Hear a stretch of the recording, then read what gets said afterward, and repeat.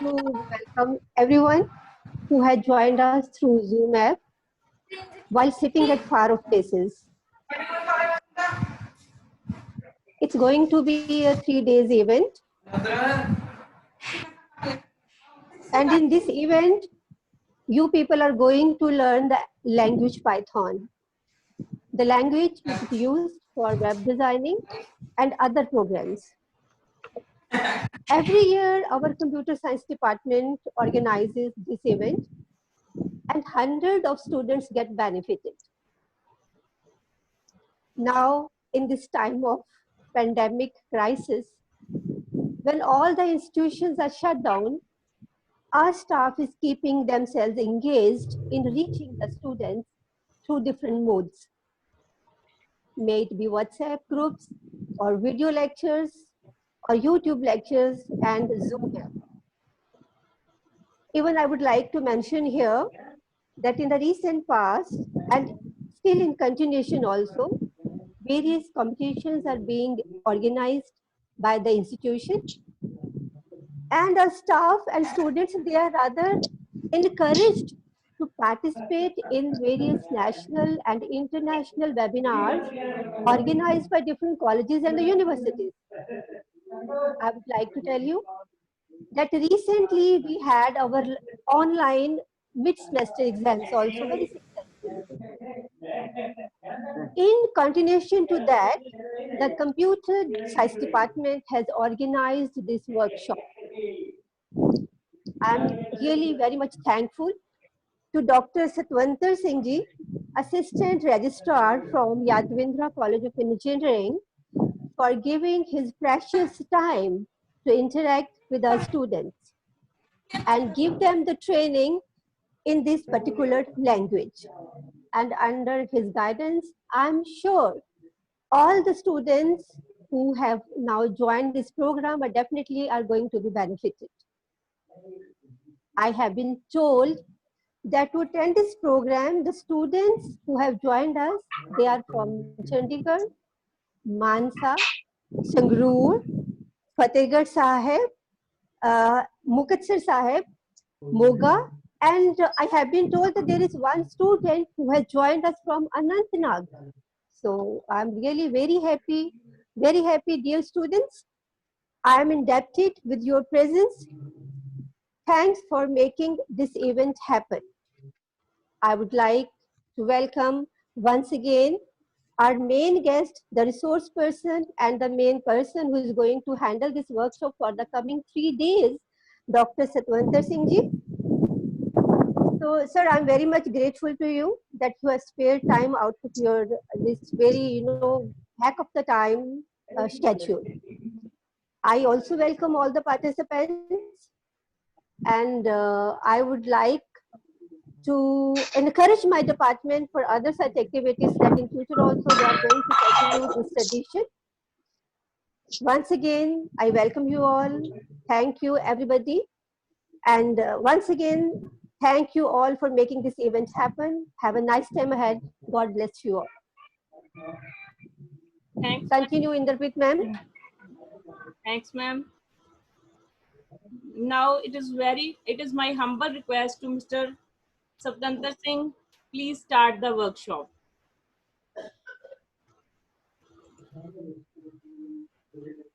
Sir, you can share the screen.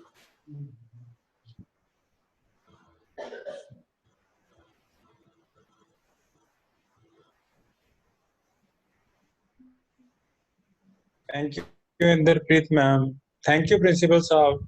I think you hear me. Yeah, I can hear you. Thank you very much, Principal Saab. And Head of the Department, Inderpreet Kaur, other teaching staff, and my dear students. Language the introduction ਤੋਂ ਹੀ ਸ਼ੁਰੂ ਕਰਦਾ ਮੈਂ ਉਹ ਪੰਜਾਬੀ ਮੈਨੂੰ ਇਸ ਕਰਕੇ ਬੋਲਣੀ ਪੈਣੀ ਹੈ ਕਿ ਲੈਂਗੁਏਜ ਦੇ ਬਾਰੇ ਕਿਤਾਬਾਂ ਵਿੱਚ ਤਾਂ ਹਮੇਸ਼ਾ ਅੰਗਰੇਜ਼ੀ 'ਚ ਲਿਖਿਆ ਹੁੰਦਾ ਹੈ ਜੇ ਇੰਨਾ ਅੰਗਰੇਜ਼ੀ 'ਚ ਸਮਝ ਆਉਣ ਲੱਗ ਜੇ ਤੇ ਫਿਰ ਟੀਚਰ ਦੀ ਲੋੜ ਘੱਟ ਪੈਂਦੀ I think you all will be happy if I speak in English, Hindi and Punjabi. Okay. ਇਹ 3 ਦਿਨ ਦੀ ਵਰਕਸ਼ਾਪ ਅਸੀਂ 1.5 ਘੰਟੇ ਦੀ ਪਲਾਨ ਕੀਤੀ ਹੈ ਤੁਹਾਡੀ ਪਾਈਥਨ ਦੇ ਨਾਲ ਰੂਬਰੂ ਕਰਾਉਣ ਵਾਸਤੇ।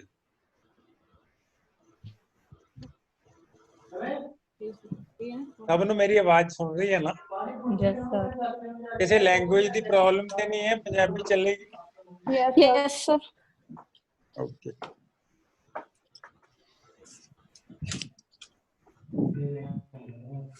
मैं अपने बारे ज्यादा नहीं बोलता। PhD कंप्यूटर साइंस हमेशा हुण तक जिन्नियां लैंग्वेजेस नवीं आईयां सब नूं चैलेंज समझ के उन्हां 'च काम कीता है। तुसीं कंप्यूटर लैंग्वेज दा जिहड़ा एक्सपीरियंस लैंदे हो हुण तक C या C++ विच काम कीता होना।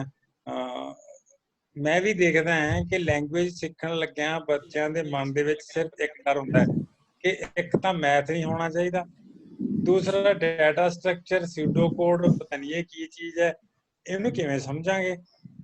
ਅਸੀਂ पिछले 25 सालों तो C पढ़ा रहे हैं, फिर C++ भी आ गई, फिर जावा भी आ गई। ये बच्चे ਨੂੰ ਅੱਜ ਵੀ ਕਹਿ ਦਈਏ ਕਿ ਕੁਝ ਨੰਬਰਸ ਦਾ ਸਮ ਕਰਨਾ ਹੈ ਜਾਂ ਲਿਸਟ ਹੈ ਸੌਰਟ ਕਰਨਾ ਹੈ, ਹੱਥਾਂ ਪੈਰਾਂ ਦੀ ਬਣ ਵੀ ਜਾਂਦੀ ਹੈ ਵੀ ਇਹ ਕਰਾਂਗੇ ਕਿਵੇਂ। पिछले 25 सालों तो ਅਸੀਂ कंप्यूटर ਨੂੰ ਕਹਿੰਨੇ ਇੱਕ ਪ੍ਰੋਗਰਾਮ ਬਣਾਤੇ, 2 ਨੰਬਰ ਐਡ ਕਰਨੇ, 4 ਨੰਬਰ ਐਡ ਕਰਨੇ, ਉਹਨਾਂ ਨੰਬਰਸ ਦੀ ਸੌਰਟਿੰਗ ਕਰਨੀ ਹੈ, ਉਹ ਲਿਸਟ ਵਿੱਚ ਹੈ, ਉਹ ਕਿਊ ਦੇ ਵਿੱਚ ਹੈ, ਉਹ ਸਟੈਕ ਵਿੱਚ ਹੈ, ਉਹਨਾਂ 'ਚ ਇਨਸਰਟ ਕਰਨਾ, ਡਿਲੀਟ ਕਰਨਾ। ਕੰਪਿਊਟਰ ਨੂੰ ਹਜੇ ਤੱਕ ਪਿਛਲੇ 25 ਸਾਲਾਂ 'ਚ ਇਹ ਸਮਝ ਨਹੀਂ ਆਈ ਆਪੇ ਪ੍ਰੋਗਰਾਮ ਕਿਵੇਂ ਬਣਾਉਣਾ ਹੈ। ਤੁਹਾਨੂੰ ਸਮਝ ਆ ਰਹੀ ਮੇਰੀ ਗੱਲ? Yes, sir. ਜੇ ਹਰ ਸਾਲ ਸਾਨੂੰ ਹੀ ਪ੍ਰੋਗਰਾਮ ਬਣਾ ਕੇ ਕੰਪਿਊਟਰ ਨੂੰ ਦੱਸਣਾ ਪਵੇ ਤਾਂ ਫਿਰ ਟੈਕਨੋਲੋਜੀ ਦੀ ਐਡਵਾਂਸਮੈਂਟ ਕੀ ਹੋਗੀ। ਕੰਪਿਊਟਰ ਇਹੋ ਜਿਹੀ ਚੀਜ਼ ਹੋਣੀ ਚਾਹੀਦੀ ਹੈ ਜਿਹੜੀ ਆਪਣੇ ਆਪ ਸਮਝ ਲਵੇ, ਜੋ ਅਸੀਂ ਕਹੀਏ ਉਹ ਕਰਕੇ ਦੇਵੇ ਨਾ। ਪਿਛਲੇ 25 ਸਾਲਾਂ ਤੋਂ ਸਿਖਾ ਰਹੇ scan A, scan B, sum is equal to A plus B, print sum. ਇਹਨੂੰ ਲਿਖਣ ਲੱਗਿਆ C ਦੇ ਵਿੱਚ, ਜੇ C ++ ਦੇ ਵਿੱਚ ਆਪਾਂ ਕਹੀਏ ਤਾਂ ਸਾਨੂੰ ਉੱਪਰ ਹੈਡਰ ਫਾਈਲਸ ਐਡ ਕਰਨੀਆਂ ਪੈਂਦੀਆਂ, ਕਰਲੀ ਬ੍ਰੇਸਿਸ ਲਾਉਣੀਆਂ ਪੈਂਦੀਆਂ, ਸੈਮੀ ਕੋਲਨਸ ਲਾਉਣੇ ਪੈਂਦੇ ਆ, ਐਂਟਰ ਲਾਉਣੇ ਪੈਂਦੇ ਆ, ਰਨ ਕਰਨਾ ਪੈਂਦਾ, ਕਿਸੇ ਨਾ ਕਿਸੇ ਲਾਈਨ 'ਚ ਐਰਰ ਆ ਜਾਂਦਾ ਹੈ, ਫਿਰ ਐਰਰ ਰਿਮੂਵ ਕਰਨਾ ਪੈਂਦਾ, ਫਿਰ ਰਨ ਕਰਨਾ ਪੈਂਦਾ। ਕੁਛ ਬੜਾ ਨਾ ਝੰਜਟ ਵਾਲਾ ਕੰਮ ਜਾਇਆ। ਕੁਛ ਇਹੋ ਜਿਹੀ ਲੈਂਗੁਏਜ ਹੋਣੀ ਚਾਹੀਦੀ ਹੈ ਜਿਹੜੀ ਕੈਲਕੂਲੇਟਰ ਵਾਂਗੂ ਕੰਮ ਕਰੇ। ਇਹ 2 ਨੰਬਰ ਜੋੜਨੇ, 2 + 2 ਕੀਤਾ 4 ਹੋ ਜਾਏ, ਬਸ 2 + 3 ਕੀਤਾ 5 ਹੋ ਜਾਏ। ਠੀਕ ਹੈ। ਪਾਈਥਨ ਇਸ ਤਰ੍ਹਾਂ ਦਾ ਸੌਫਟਵੇਅਰ ਬਣਾਉਣ ਦੀ ਕੋਸ਼ਿਸ਼ ਕੀਤੀ ਗਈ ਹੈ ਜਿਹਦੇ ਵਿੱਚ ਤੁਹਾਨੂੰ ਆਪਣਾ ਲੌਜਿਕ ਬਹੁਤ ਘੱਟ ਲਾਉਣ ਦੀ ਜ਼ਰੂਰਤ ਹੈ। ਤੁਸੀਂ ਆਪਣਾ ਦਿਮਾਗ ਹੋਰ ਕੰਮਾਂ ਤੇ ਲਾ ਲਓ। ਕੰਪਿਊਟਰ ਤੋਂ ਜਿਹੜਾ ਕੰਮ ਕਰਵਾਉਣਾ ਉਹਨੂੰ ਕੋ 2 + 2 ਹੋਊਗਾ 4। ਠੀਕ ਹੈ। ਤੁਸੀਂ ਕੋ ਪ੍ਰਿੰਟ ਕਰ ਦਿਓ, ਪ੍ਰਿੰਟ ਕਰ ਦੇਗਾ। ਕੁਝ ਏਦਾਂ ਦੀ ਲੈਂਗੁਏਜ ਡਿਵੈਲਪ ਕੀਤੀ ਗਈ ਜਿਹੜੀ ਬਾਹਰਲੇ ਦੇਸ਼ਾਂ ਦੇ ਵਿੱਚ ਸਕੂਲ ਦੇ ਵਿੱਚ 9th ਕਲਾਸ ਦੇ ਵਿੱਚ ਪੜ੍ਹਾਈ ਜਾਂਦੀ ਹੈ। ਅਸੀਂ ਉਹ BCA ਦੇ ਵਿੱਚ ਜਾ ਕੇ ਪੜ੍ਹਾਉਣੇ ਆ, BCom ਵਿੱਚ ਵੀ ਆ ਗਈ। ਤਾਂ ਇਹ ਪਾਈਥਨ ਦੀ ਇੰਟਰੋਡਕਸ਼ਨ ਹੈ। ਮੈਂ ਸਲਾਈਡਾਂ ਤੁਹਾਡੀ ਮੈਡਮ ਨਾਲ ਸ਼ੇਅਰ ਕਰ ਲੂੰਗਾ, ਤੁਸੀਂ ਬਾਅਦ ਵਿੱਚ ਆਪ ਲੈ ਲਿਓ। ਇਹ ਇੰਗਲਿਸ਼ ਵਿੱਚ ਬਣਾਈਆਂ, ਪੰਜਾਬੀ 'ਚ ਵੀ ਬਣ ਸਕਦੀਆਂ ਸੀ। ਪ੍ਰੋਬਲਮ ਇਹ ਸੀ ਕਿ ਕੁਝ ਬੱਚੇ ਤੁਹਾਡੇ ਵਿੱਚ ਚੰਡੀਗੜ੍ਹ ਦੇ ਵੀ ਹੈ ਤੇ ਮੈਂ ਹੁਣ ਇਹ ਸੁਣ ਰਿਹਾ ਕਿ ਕੁਝ ਅਨੰਤਨਾਗ ਤੋਂ ਹੀ, ਮੈਨੂੰ ਨਹੀਂ ਪਤਾ ਉਹਨੂੰ ਪੰਜਾਬੀ ਸਮਝ ਆਉਂਦੀ ਹੈ ਕਿ ਨਹੀਂ ਆਉਂਦੀ। ਇੰਦਰਪ੍ਰੀਤ ਮੈਡਮ ਜਰਾ ਦੇਖੋ ਉਹ ਬੱਚਾ ਪੰਜਾਬੀ ਸਮਝਦਾ।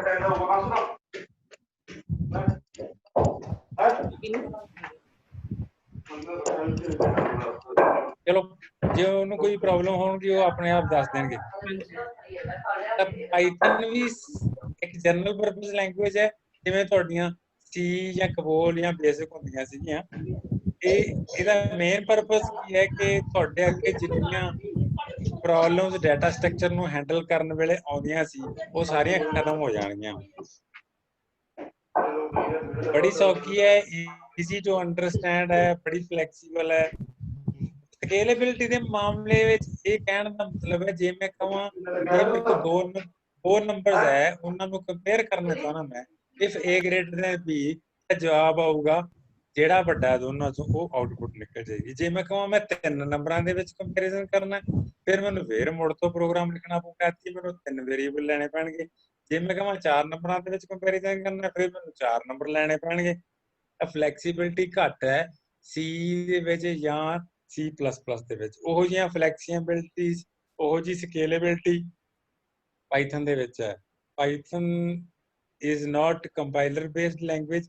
ਇਹਨੂੰ ਰੀਅਲ ਟਾਈਮ ਐਪਲੀਕੇਸ਼ਨ ਵਾਸਤੇ ਵਰਤਦੇ ਆ। ਉਹ ਕਿਸ ਤਰ੍ਹਾਂ, ਜਿਵੇਂ ਇੰਟਰਪ੍ਰੇਟਰ ਹੁੰਦਾ ਹੈ ਕਿ ਮੈਂ ਇੱਕ ਲਾਈਨ ਬੋਲ ਦਿੱਤੀ, ਕੋਈ ਦੂਸਰਾ ਬੰਦਾ ਉਹਨੂੰ ਇੰਗਲਿਸ਼ ਵਿੱਚ ਬੋਲ ਦੇਵੇ, ਇਹ ਇੰਟਰਪ੍ਰੇਟਰ ਹੋ ਗਿਆ। ਕੰਪਾਈਲਰ ਦੇ ਵਿੱਚ ਕੀ ਤੁਹਾਡੀ ਲੈਂਗੁਏਜ ਨੂੰ ਸਿੰਟੈਕਸ ਮੁਤਾਬਕ ਕਰੈਕਟ ਕੀਤਾ ਜਾਂਦਾ ਹੈ ਪ੍ਰੋਗਰਾਮਿੰਗ, ਫਿਰ ਉਹਦਾ ਆਬਜੈਕਟ ਕੋਡ ਬਣਦਾ, ਫਿਰ ਐਗਜ਼ੀਕਿਊਟੇਬਲ ਫਾਈਲ ਬਣਦੀ ਹੈ, 4-5 ਸਟੈਪ ਚੱਲਦੇ ਆ, ਫਿਰ ਜਾ ਕੇ ਤੁਹਾਡਾ ਕੋਡ ਰਨ ਹੁੰਦਾ ਹੈ। ਪਾਈਥਨ ਵਿੱਚ ਇਹੋ ਜਿਹਾ ਕੁਝ ਨਹੀਂ ਹੈ। ਇਸ ਵੇਲੇ ਪਾਈਥਨ ਦੀ ਡਿਮਾਂਡ ਜਾਵਾ ਤੋਂ ਬਾਅਦ ਵਿੱਚ, ਇਹ 2018 ਦਾ ਡਾਟਾ ਹੈ ਕਿਉਂਕਿ ਜਲਦੀ ਵਿੱਚ ਸਾਡਾ ਵਰਕਸ਼ਾਪ ਅਰੇਂਜ ਕੀਤੀ ਗਈ ਹੈ, ਮੈਂ ਅਪਡੇਟ ਨਹੀਂ ਕਰ ਸਕਿਆ। ਤਾਂ 18 ਵਿੱਚ ਜਾਵਾ 1 ਨੰਬਰ ਤੇ ਸੀ। ਅਸੀਂ ਚਲੋ ਮੰਨ ਵੀ ਲੈਂਦੇ ਪਾਈਥਨ 2 ਨੰਬਰ ਤੇ, 2 ਨੰਬਰ ਵੀ ਕੋਈ ਏਡਾ ਮਾੜਾ ਨਹੀਂ ਹੈਗਾ। ਸੀ ਥੱਲੇ ਚਲੀ ਗਈ ਹੈ, C++ ਵੀ ਚਲੀ ਗਈ, C# ਵੀ ਚਲੀ ਗਈ। ਪਾਈਥਨ ਨੂੰ ਅੱਜ ਦੀ ਡੇਟ ਵਿੱਚ ਕੌਣ ਯੂਜ਼ ਕਰ ਰਿਹਾ ਹੈ ਤੁਹਾਡੇ ਸਾਹਮਣੇ? ਮੇਰੇ ਖਿਆਲ ਸਕਰੀਨ ਤੁਹਾਨੂੰ ਦਿਖ ਰਹੀ ਹੋਣੀ ਹੈ। ਸਕਰੀਨ ਤੁਹਾਨੂੰ ਦਿਖ ਰਹੀ ਹੈ? Yes, sir. Yes, sir. ਤੁਸੀਂ ਨਾ ਵੀ ਬੋਲੋ, ਜੇ ਆਪਣਾ ਅੰਗੂਠਾ ਅਪ ਕਰਦਿਆ ਕਰੋਗੇ ਤਾਂ ਮੈਨੂੰ ਸਮਝ ਆ ਜਾਣੀ ਹੈ ਵੀ ਹੋ ਗਿਆ। ਤੁਹਾਡੀ ਆਵਾਜ਼ ਦੀ ਵੀ ਜ਼ਰੂਰਤ ਨਹੀਂ ਹੈ, ਮੈਨੂੰ ਫੋਟੋ ਦਿਖ ਜਾਂਦੀ ਹੈ ਤੁਹਾਡੀ। ਇਹ ਜਿਹੜੇ ਵੱਡੇ ਵੱਡੇ ਸੌਫਟਵੇਅਰ ਕੰਪਨੀਆਂ ਹੈਗੀਆਂ, ਇਹ ਸਾਰੀਆਂ ਯੂਜ਼ ਕਰ ਰਹੀਆਂ, ਯਾਹੂ, ਗੂਗਲ, ਫੇਸਬੁੱਕ ਪਾਈਥਨ ਨੂੰ ਯੂਜ਼ ਕਰਦੇ ਪਏ ਹੈ ਆਪਦੇ ਕੋਡਿੰਗ ਵਾਸਤੇ।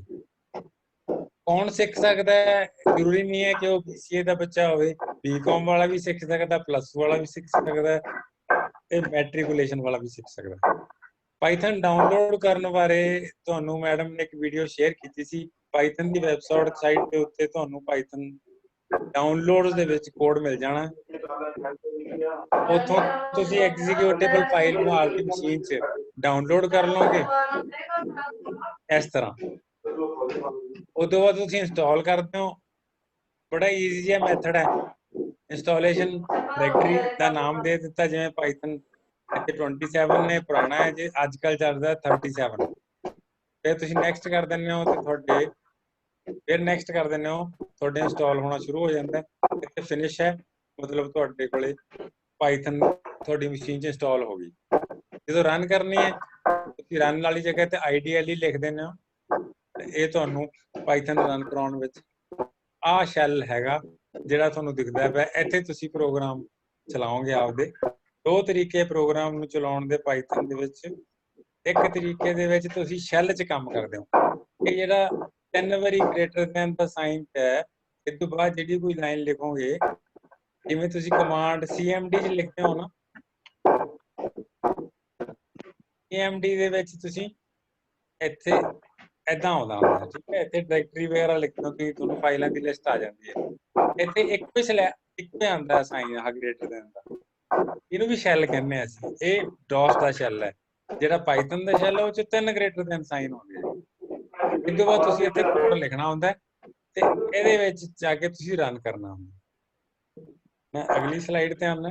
ਤੁਹਾਡੇ ਕੋਲ ਸਿੰਪਲ ਜੀ ਲਾਈਨ ਹੈ, ਤੁਸੀਂ ਚਾਹੁੰਦੇ ਹੋ ਕੋਈ 2 ਹੈਲੋ ਪਾਈਥਨ ਪ੍ਰਿੰਟ ਕਰ ਦੇਵੇ, ਪਾਈਥਨ ਪ੍ਰਿੰਟ ਕਰ ਦੂਗਾ। ਮੈਂ ਤੁਹਾਨੂੰ ਆਪਣੇ ਕੋਲੋਂ ਸ਼ੈਲ ਦਿਖਾਉਂਦਾ ਕਿ ਮੇਰੇ ਕੋਲ ਸ਼ੈਲ ਕਿੱਥੇ ਪਿਆ।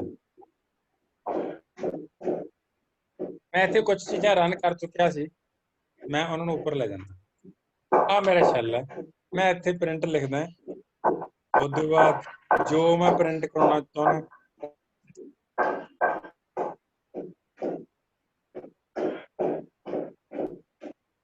ਉਹ ਕੋਡ ਲਿਖ ਕੇ ਮੈਂ ਐਂਟਰ ਕਰ ਦਿੰਦਾ ਤੇ ਸਕਰੀਨ ਤੇ ਮੇਰੇ ਆਊਟਪੁੱਟ ਆ ਜਾਂਦਾ। ਸਿਮਿਲਰਲੀ ਉਹ ਸਟ੍ਰਿੰਗ ਲਿਖੀ ਸੀ, ਇੱਥੇ ਮੈਂ ਕੋਈ ਹੋਰ ਨੰਬਰ ਲਿਖਤਾ, ਇਹ ਡਿਜਿਟ, ਇਹ ਉੱਦਾਂ ਪ੍ਰਿੰਟ ਕਰ ਦਿੰਦਾ। ਮੈਨੂੰ ਕੁਝ ਵੀ ਰਨ ਵੀ ਨਹੀਂ ਕਰਨਾ ਪੈਂਦਾ, ਸਿਰਫ ਲਿਖ ਕੇ ਐਂਟਰ ਕਰਨਾ ਤੇ ਉਹ ਰਨ ਹੋ ਗਿਆ। ਇਸੇ ਤਰ੍ਹਾਂ ਜਿਵੇਂ ਮੈਂ ਇਹ ਲਿਖਦਾ 2 + 3 ਤਾਂ 5 ਹੋ ਗਿਆ। C ਦੇ ਵਿੱਚ ਜਾਂ C++ ਜੇ ਤੁਸੀਂ ਪ੍ਰੋਗਰਾਮ ਬਣਾਓਗੇ, ਤੁਹਾਨੂੰ ਪਤਾ ਕਿੱਡਾ ਵੱਡਾ ਪ੍ਰੋਗਰਾਮ ਬਣਦਾ। ਪਹਿਲਾਂ ਹੈਡਰ ਫਾਈਲਾਂ ਇਨਕਲੂਡ ਕਰੋਗੇ, ਫਿਰ ਸਕੈਨ ਕਰੋਗੇ, ਫਿਰ ਤੁਸੀਂ ਸਮ ਦਾ ਪ੍ਰੋਸੈਸ ਦੀ ਕਮਾਂਡ ਲਿਖੋਗੇ, ਉਸ ਤੋਂ ਬਾਅਦ ਤੁਸੀਂ ਪ੍ਰਿੰਟ ਲਿਖੋਗੇ, ਫਿਰ ਤੁਸੀਂ ਇਹਨੂੰ ਰਨ ਕਰੋਗੇ, ਫਿਰ ਆਊਟਪੁੱਟ ਤੁਹਾਡੇ ਸਾਹਮਣੇ ਆਊਗੀ। ਇੱਥੇ ਤੁਹਾਡੇ ਸਾਹਮਣੇ ਹੈ। ਹੁਣ ਤੁਸੀਂ ਜਿਹੜਾ ਮਰਜ਼ੀ ਕੰਮ ਕਰਾਉਣਾ ਚਾਹੁੰਦੇ, ਉਹਦਾ ਜਵਾਬ ਤੁਹਾਡੇ ਸਾਹਮਣੇ ਹੀ ਹੈ। 1 + 2 + 3 + 4 4.7 ਇਹ ਪ੍ਰੋਗਰਾਮ ਜੇ ਮੈਂ 2+3 ਵਾਸਤੇ ਲਿਖੂੰਗਾ ਤਾਂ ਇੰਟੀਜਰ ਵੇਰੀਏਬਲ ਦੇ ਕੇ ਲਿਖਣਾ ਪੈਂਦਾ ਮੈਨੂੰ, ਵੱਖਰਾ ਪ੍ਰੋਗਰਾਮ ਬਣੂਗਾ C ਦੇ ਵਿੱਚ। ਜੇ ਮੈਂ ਫਲੋਟਿੰਗ ਵੈਲਿਊ ਦੇਣ ਵਾਸਤੇ ਪ੍ਰੋਗਰਾਮ ਬਣਾਉਣਾ ਚਾਹੁੰਦਾ ਤਾਂ ਵੱਖਰਾ ਪ੍ਰੋਗਰਾਮ ਲਿਖਣਾ ਪੈਂਦਾ। ਪਾਈਥਨ ਵਿੱਚ ਤੁਹਾਨੂੰ ਕੁਝ ਵੀ ਲਿਖਣ ਦੀ ਲੋੜ ਨਹੀਂ, ਉਹ ਆਪਣੇ ਆਪ ਹੀ ਦੇਖ ਲੈਂਦਾ ਕਿ ਇਹ ਦੋਨੇ ਵੈਲਿਊਜ਼ ਨਿਊਮੈਰੀਕਲ ਨੇ, ਉਹਨਾਂ ਦਾ ਸਮ ਕਰ ਦੂਗਾ। ਉਹਨੂੰ ਕੋਈ ਫਰਕ ਨਹੀਂ ਪੈਂਦਾ ਕਿ ਤੁਸੀਂ ਉਹਨੂੰ ਦੱਸੋ ਇੱਕ ਇੰਟੀਜਰ ਤੇ ਇੱਕ ਫਲੋਟ ਹੈ, ਉਹਨੇ ਆਪਣੇ ਆਪ ਹੀ ਸਮਝ ਜਾਣਾ। ਇੰਨਾ ਕੁ ਸਮਝਦਾਰ ਬਣਾਤਾ ਨਾ ਉਹਨੇ ਕੰਪਿਊਟਰ ਨੂੰ ਕਿ ਉਹਨੂੰ ਪਤਾ ਲੱਗਣ ਲੱਗ ਗਿਆ। ਜੇ ਮੈਂ ਇਹਨੂੰ ਕਹਿੰਦਾ a = 4 ਤੇ ਮੈਂ ਇਹਨੂੰ ਕਹਿੰਦਾ ਮੈਨੂੰ ਦੱਸੋ a ਦੀ ਟਾਈਪ ਕੀ ਹੈ, ਉਹ ਦੱਸ ਦੂਗਾ, ਕਹਿੰਦਾ ਇੰਟੀਜਰ। ਜੇ ਮੈਂ b = 3.2 ਲਿਖ ਦਿੰਦਾ, ਜੇ ਮੈਂ ਇਹਨੂੰ ਕਹਿੰਦਾ ਇਹਦੀ ਟਾਈਪ ਦੱਸ ਦਿਓ, ਉਹਨੇ ਕਹਿਣਾ ਇਹਦੀ ਟਾਈਪ ਫਲੋਟ ਹੈ। ਤੁਸੀਂ ਡਾਟਾ ਦੀ ਟਾਈਪ ਵੀ ਸਾਹਮਣੇ ਆਪਦੀ ਸਕਰੀਨ ਤੇ ਦੇਖਦੇ ਹੋ। ਜੇ ਮੈਂ c = ABC ਲਿਖ ਦਿੰਦਾ ਤਾਂ ਮੈਂ ਪੁੱਛਦਾ ਇਹਦੀ ਟਾਈਪ ਕੀ ਹੈ, ਇਹ ਸਟਰਿੰਗ ਹੈ। ਤੁਹਾਡੀਆਂ ਸਾਰੀਆਂ ਪ੍ਰੋਬਲਮਸ ਜਿਹੜੀਆਂ ਉਹ ਦੂਰ ਕਰਦਾ ਜਾਂਦਾ ਹੈ, ਤੁਹਾਨੂੰ ਸੋਚਣ ਦੀ ਲੋੜ ਨਹੀਂ ਪ੍ਰੋਗਰਾਮ ਲਿਖਣ ਵਾਸਤੇ। C ਕੀ ਹੈ, ਇੱਕ ਸਟਰਿੰਗ ਹੈ। ਜੇ ਮੈਂ ਇਹਦੇ ਚ a ਜੋੜ ਦੂੰਗਾ, ਇਹ ਹੈਗਾ ਇੰਟੀਜਰ, ਤਾਂ ਇਹਨੇ ਜੋੜਨਾ ਨਹੀਂ, ਇਹਨੇ ਲਿਖ ਦੇਣਾ ਕਿ can only concatenate string। ਜੇ ਦੋ ਤੁਸੀਂ ਜੋੜਨਾ ਚਾਹੁੰਦੇ ਹੋ ਤਾਂ ਦੋਨੇ ਸਟਰਿੰਗਸ ਹੋਣੀਆਂ ਚਾਹੀਦੀਆਂ, ਇਹ ਨਹੀਂ ਵੀ ਇੱਕ ਇੰਟੀਜਰ ਇੱਕ ਸਟਰਿੰਗ। ਜੇ ਮੈਂ a = b = hello ਲਿਖਦੇ ਹਾਂ,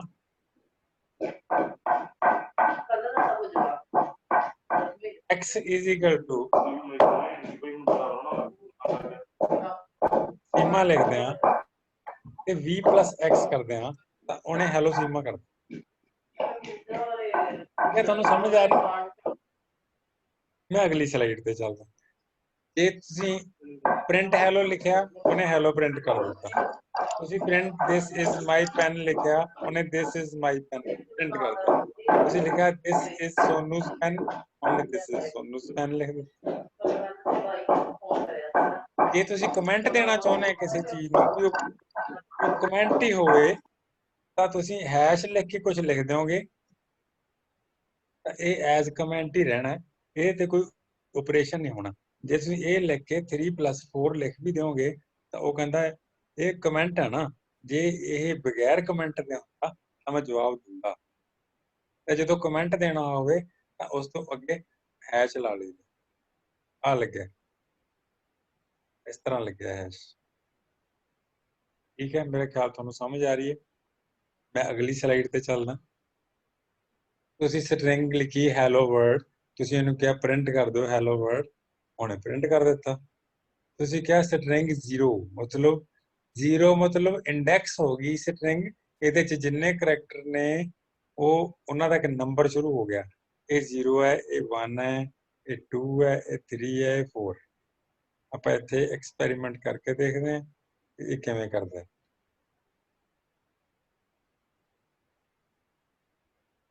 str = hello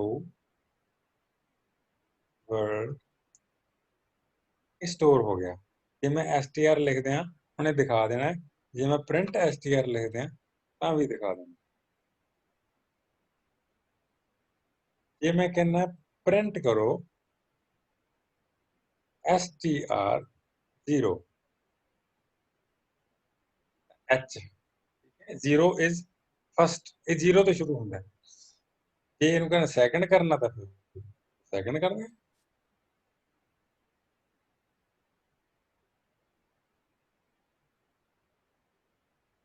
ਇਸ ਵਾਰ HE ਆਣਾ ਚਾਹੀਦਾ, E ਆ ਗਿਆ।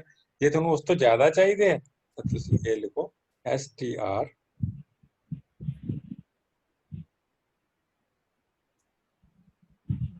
ਇੱਕ ਉਹ ਸਕੁਅਰ ਬ੍ਰੈਕਟ ਮੈਂ ਮਿਸ ਕੀਤੀ ਹੈ ਤਾਂ ਫਿਰ ਉਹ ਗਲਤ ਹੈ।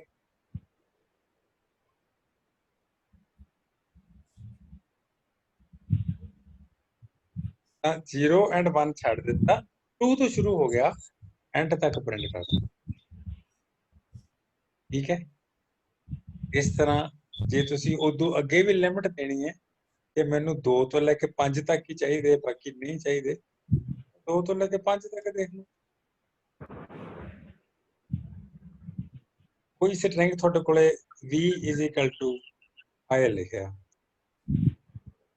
ਪ੍ਰਿੰਟ ਕਰਨਾ ਹੈ i। ਜੇ ਤੁਸੀਂ ਇਹਨੂੰ ਪ੍ਰਿੰਟ 2 ਵਾਰੀ ਕਰਨਾ ਹੈ, 3 ਵਾਰੀ ਕਰਨਾ ਹੈ, ਤਾਂ ਤੁਸੀਂ ਇਦਾਂ ਲਿਖ, 4 ਵਾਰੀ ਕਰਨਾ ਹੈ ਤੇ 4 ਪਾ ਦਿਓ, ਤਾਂ ਤੁਹਾਨੂੰ ਉਹ ਓਨੇ ਟਾਈਮਸ ਸਟ੍ਰਿੰਗ ਨੂੰ ਪ੍ਰਿੰਟ ਕਰ ਦਿਓ।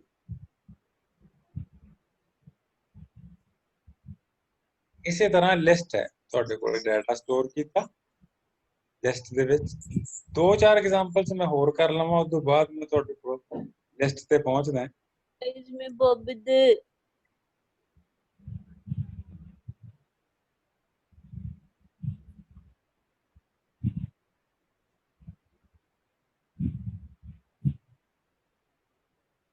ਮੈਂ ਫਸਟ ਨੇਮ ਦੇ ਵਿੱਚ ਸੁਰਿੰਦਰ ਸੇਵ ਕੀਤਾ, ਤਾਂ ਫਸਟ ਨੇਮ ਦੇ ਵਿੱਚ ਸੁਰਿੰਦਰ ਲਿਖਿਆ ਹੋਇਆ ਆ ਗਿਆ। ਜੇ ਮੈਂ ਇਹਨੂੰ ਐ ਲਿਖਾਂ ਕਿ ਮੈਨੂੰ ਦੱਸੋ ਤੁਸੀਂ ਵੀ ਇਹ ਟਾਈਪ ਕੀ ਹੈ, ਤਾਂ ਉਹਨੇ ਟਾਈਪ ਵੀ ਦੱਸਤਾ ਕਿ ਇਹਦੀ ਟਾਈਪ ਹੈਗੀ ਸਟ੍ਰਿੰਗ। ਇਸੇ ਤਰ੍ਹਾਂ ਜੇ ਮੈਂ ਕਹਾਂ ਸੁਰਿੰਦਰ ਤਾਂ ਫਸਟ ਨੇਮ ਹੈ ਤੇ ਮਿਡਲ ਨੇਮ ਕੀ ਹੈ, ਮਿਡਲ ਨੇਮ ਮੇਰਾ ਜੀਤ ਹੈ, ਤਾਂ ਮਿਡਲ ਨੇਮ ਜੀਤ ਸੇਵ ਹੋ ਗਿਆ। ਜੇ ਮੈਂ ਕਹਾਂ ਲਾਸਟ ਨੇਮ ਦੱਸ ਦਿਓ, ਤਾਂ ਲਾਸਟ ਨੇਮ ਢਿੱਲੋਂ ਸੇਵ ਹੋ ਗਿਆ। ਸਭ ਤੋਂ ਔਖਾ ਪ੍ਰੋਗਰਾਮਿੰਗ ਲੈਂਗੁਏਜ ਦੇ ਵਿੱਚ ਸਟ੍ਰਿੰਗ ਨੂੰ ਹੈਂਡਲ ਕਰਨਾ ਹੁੰਦਾ ਹੈ। ਪਾਈਥਨ ਦੇ ਵਿੱਚ ਸਟ੍ਰਿੰਗ ਹੈਂਡਲਿੰਗ ਕਿੰਨੀ ਸੌਖੀ ਹੈ ਤੁਹਾਡੇ ਸਾਹਮਣੇ। ਜੇ ਮੈਂ ਕਹਾਂ ਕਿ ਮੈਨੂੰ ਸਪਲਿਟ ਕਰਕੇ ਦਿਖਾਓ, ਤਾਂ ਉਹ ਸਪਲਿਟ ਕਰਦਾ ਹੈ ਫਸਟ ਨੇਮ ਨੂੰ। ਜਵਾਬ ਕਿਹਦੇ ਚ ਸਟੋਰ ਹੋ ਗਿਆ? ਸਪਲਿਟ ਨੇਮ ਦੇ ਵਿੱਚ। ਦੇਖਾਂ ਸਪਲਿਟ ਨੇਮ ਦੇ ਵਿੱਚ ਆਇਆ ਕੀ? ਸਪਲਿਟ ਨੇਮ ਦੇ ਵਿੱਚ ਸੁਰਿੰਦਰ ਆ ਗਿਆ। ਉਹ ਫਰਕ ਹੈ, ਦੇਖੋ ਇੱਥੇ ਜਿਹੜਾ ਸੁਰਿੰਦਰ ਸੀ ਉਹ ਕੋਟਸ ਦੇ ਵਿੱਚ ਸੀ, ਇੱਥੇ ਜਿਹੜਾ ਸਟ੍ਰਿੰਗ ਬਣਿਆ ਉਹ ਲਿਸਟ ਦੇ ਵਿੱਚ ਸਟੋਰ ਹੋ ਗਿਆ।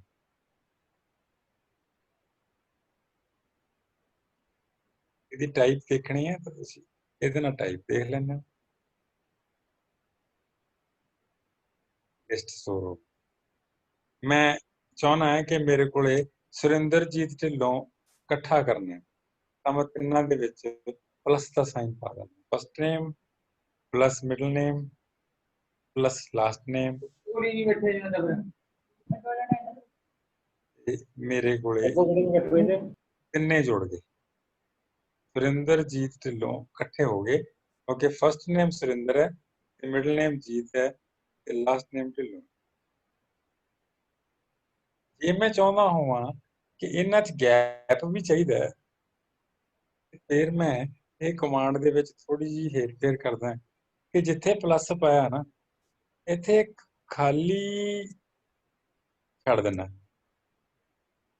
ਇਸੇ ਤਰ੍ਹਾਂ ਇੱਥੇ ਫੇਰ ਇੱਕ ਖਾਲੀ ਛੱਡ ਕੇ ਪਲੱਸ ਪਾ ਦਿੰਦਾ, ਤੇ ਇਹ ਜਿਹੜਾ ਨੇਮ ਬਣ ਜਾਂਦਾ ਉਹਦੇ 'ਚ ਆ ਜਾਣਗੇ।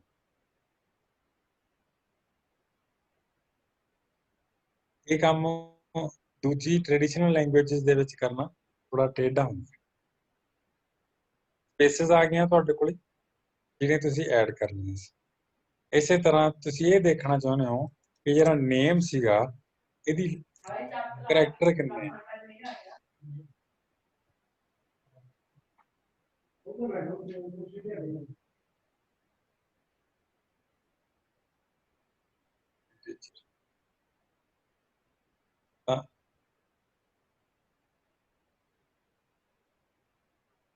ਨੇਮ ਸੁਰਿੰਦਰ ਢਿੱਲੋਂ ਇਹ ਲਿਸਟ 'ਚ ਸੇਵ ਹੋ ਗਿਆ। ਫਸਟ ਨੇਮ ਸੁਰਿੰਦਰ,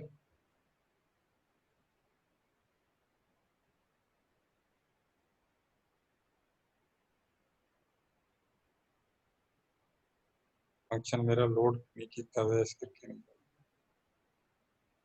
ਚਲੋ ਨੇਮ ਸਪਲਿਟ ਹੋ ਗਿਆ ਤੁਹਾਡਾ।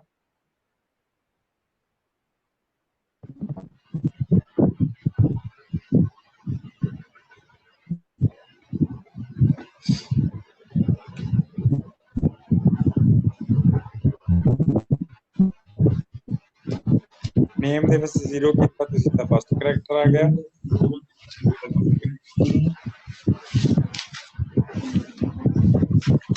ਜ਼ੀਰੋ 1 2 3 ਇਸੇ ਤਰ੍ਹਾਂ ਜੇ ਤੁਸੀਂ ਇਹ ਲਾਸਟ ਹੈ, ਸਾਨੂੰ ਇਹ ਨਹੀਂ ਪਤਾ ਕਿ ਕਿੰਨੇ ਗਿਣ ਕੇ ਲਾਸਟ ਵਾਲਾ n ਆਊਗਾ। ਉਹਦਾ ਸੌਖਾ ਤਰੀਕਾ ਇਹ ਹੈ ਕਿ -1 ਲਿਖ ਦਿਓ, ਉਹਦਾ ਨਾਲ ਲਾਸਟ ਕਰੈਕਟਰ ਦਿਖਾ ਦੇਣਾ ਹੁਣ ਤੁਹਾਨੂੰ। ਇਹ ਤੁਹਾਡਾ ਲਾਸਟ ਕਰੈਕਟਰ।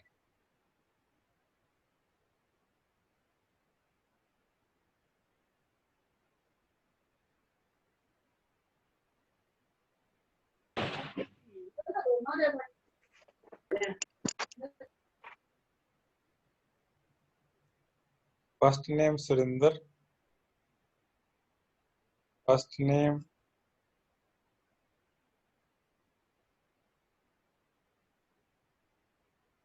सुरेंद्र ਦੇ ਵਿੱਚ आई ਕਿੰਨੇ ਹੈ ਇਹਨੇ ਕਾਊਂਟ ਕਰਕੇ ਦਿੱਤੇ ਤੁਹਾਨੂੰ।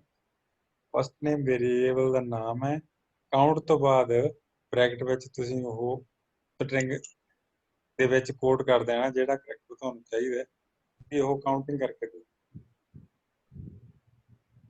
ਕੋਈ ਵੀ ਅੱਖਰ ਹੋਣਾ ਵਿੱਚ ਹੋਣਾ ਚਾਹੀਦਾ ਬਸ। ਜੇ ਤੁਸੀਂ ਯੂ ਕਰੋਗੇ ਤਾਂ ਉਹਨੇ ਦੱਸ ਦੇਣਾ ਯੂ ਕਿੰਨੇ ਹੈ।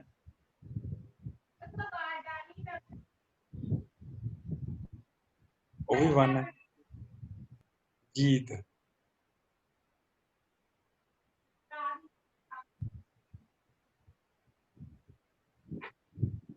C dot count 2 E ਸੀਗੇ, ਉਹਨੇ 2 E ਤੁਹਾਨੂੰ ਦਿਖਾ ਦਿੱਤੇ। ਤੁਹਾਡੇ ਕੋਲੇ 2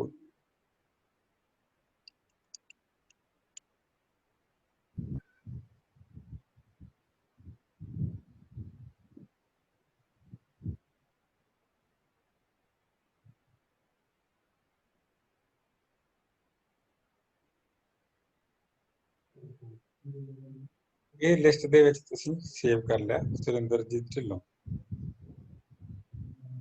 ਨੇਮਸ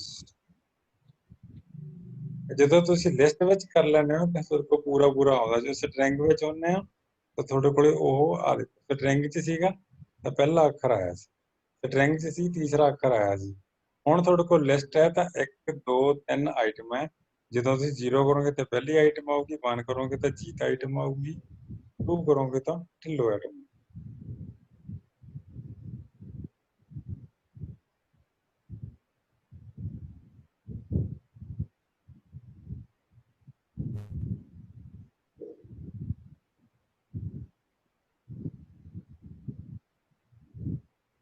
ਠੀਕ ਹੈ, ਤੁਹਾਨੂੰ ਸਟ੍ਰਿੰਗ ਦੇ ਆਪਰੇਸ਼ਨਸ ਪਤਾ ਲੱਗ ਗਏ। ਇਸੇ ਤਰ੍ਹਾਂ ਆ ਲਿਸਟ ਦੀ ਗੱਲ ਅਸੀਂ ਕੀਤੀ ਹੈ ਕਿ ਲਿਸਟ ਵਿੱਚ MCA ਹੈ, 101 ਉਹਦਾ ਰੋਲ ਨੰਬਰ ਹੋ ਸਕਦਾ ਹੈ, ਇੱਥੇ ਉਹਦਾ ਨਾਮ ਹੈ ਮਨਪ੍ਰੀਤ, 20 ਉਹਦੀ ਏਜ ਹੈ, ਜੈਂਡਰ ਉਹਦਾ ਫੀਮੇਲ ਹੈ, 50 ਉਹਦੇ ਮਾਰਕਸ ਹੈ, 150 ਉਹਦੇ ਪ੍ਰੋਜੈਕਟ ਚੋਂ ਮਾਰਕਸ। ਤਾਂ ਲਿਸਟ ਦੇ ਵਿੱਚ ਅਸੀਂ ਪ੍ਰਿੰਟ ਕਰਾਂਗੇ ਤਾਂ ਆਊਟਪੁੱਟ ਆ ਜਾਣੀ ਤੁਹਾਡੇ ਸਾਹਮਣੇ। ਜਦੋਂ 0 ਕਰੋਗੇ ਤਾਂ ਫਸਟ ਆਈਟਮ ਤੁਹਾਡੇ ਸਾਹਮਣੇ, -1 ਕਰੋਗੇ ਤਾਂ ਲਾਸਟ ਆਈਟਮ ਤੁਹਾਡੇ ਸਾਹਮਣੇ, -2 ਕਰੋਗੇ ਤਾਂ ਇਦੋਂ ਪਿਛਲੀ 50, -2 ਤੋਂ ਬਾਅਦ 2 ਕਿੰਨੀਆਂ ਮਤਲਬ -2 ਤੋਂ ਬਾਅਦ ਜਿਹੜੀ ਲਾਸਟ, -2 ਤੋਂ ਬਾਅਦ ਲਾਸਟ। ਇਹ ਦੋਨੇ ਆਊਟਪੁੱਟ ਤੁਹਾਡੇ ਸਾਹਮਣੇ ਆ ਗਏ। ਇਸੇ ਤਰ੍ਹਾਂ 1 2 3 ਇਹ ਤਾਂ 0 ਛੱਡ ਦਿਓ, 1 ਤੇ 2 ਕਰਨੀ ਹੈ। 3 ਦਾ ਮਤਲਬ ਹੈ 3 ਇਨਕਲੂਡ ਨਹੀਂ ਕਰਨਾ, 3 ਤੇ ਅੱਗੇ ਪੁਆਇੰਟਰ ਰੁਕ ਜਾਏਗਾ, 1 ਤੇ 2 ਹੀ ਹੋਣੀ ਹੈ। ਲਿਸਟ 3 ਕਰੋਗੇ ਤਾਂ 3 ਵਾਲੀ ਆਈਟਮ ਪ੍ਰਿੰਟ ਹੋਏਗੀ। ਮੰਨ ਲਓ 3 ਵਾਲੀ ਆਈਟਮ ਤੁਸੀਂ 25 ਪਾ ਦਿੰਦੇ ਹੋ ਤਾਂ ਉਹ 25 ਸੇਵ ਹੋ ਜਾਂਦੀ।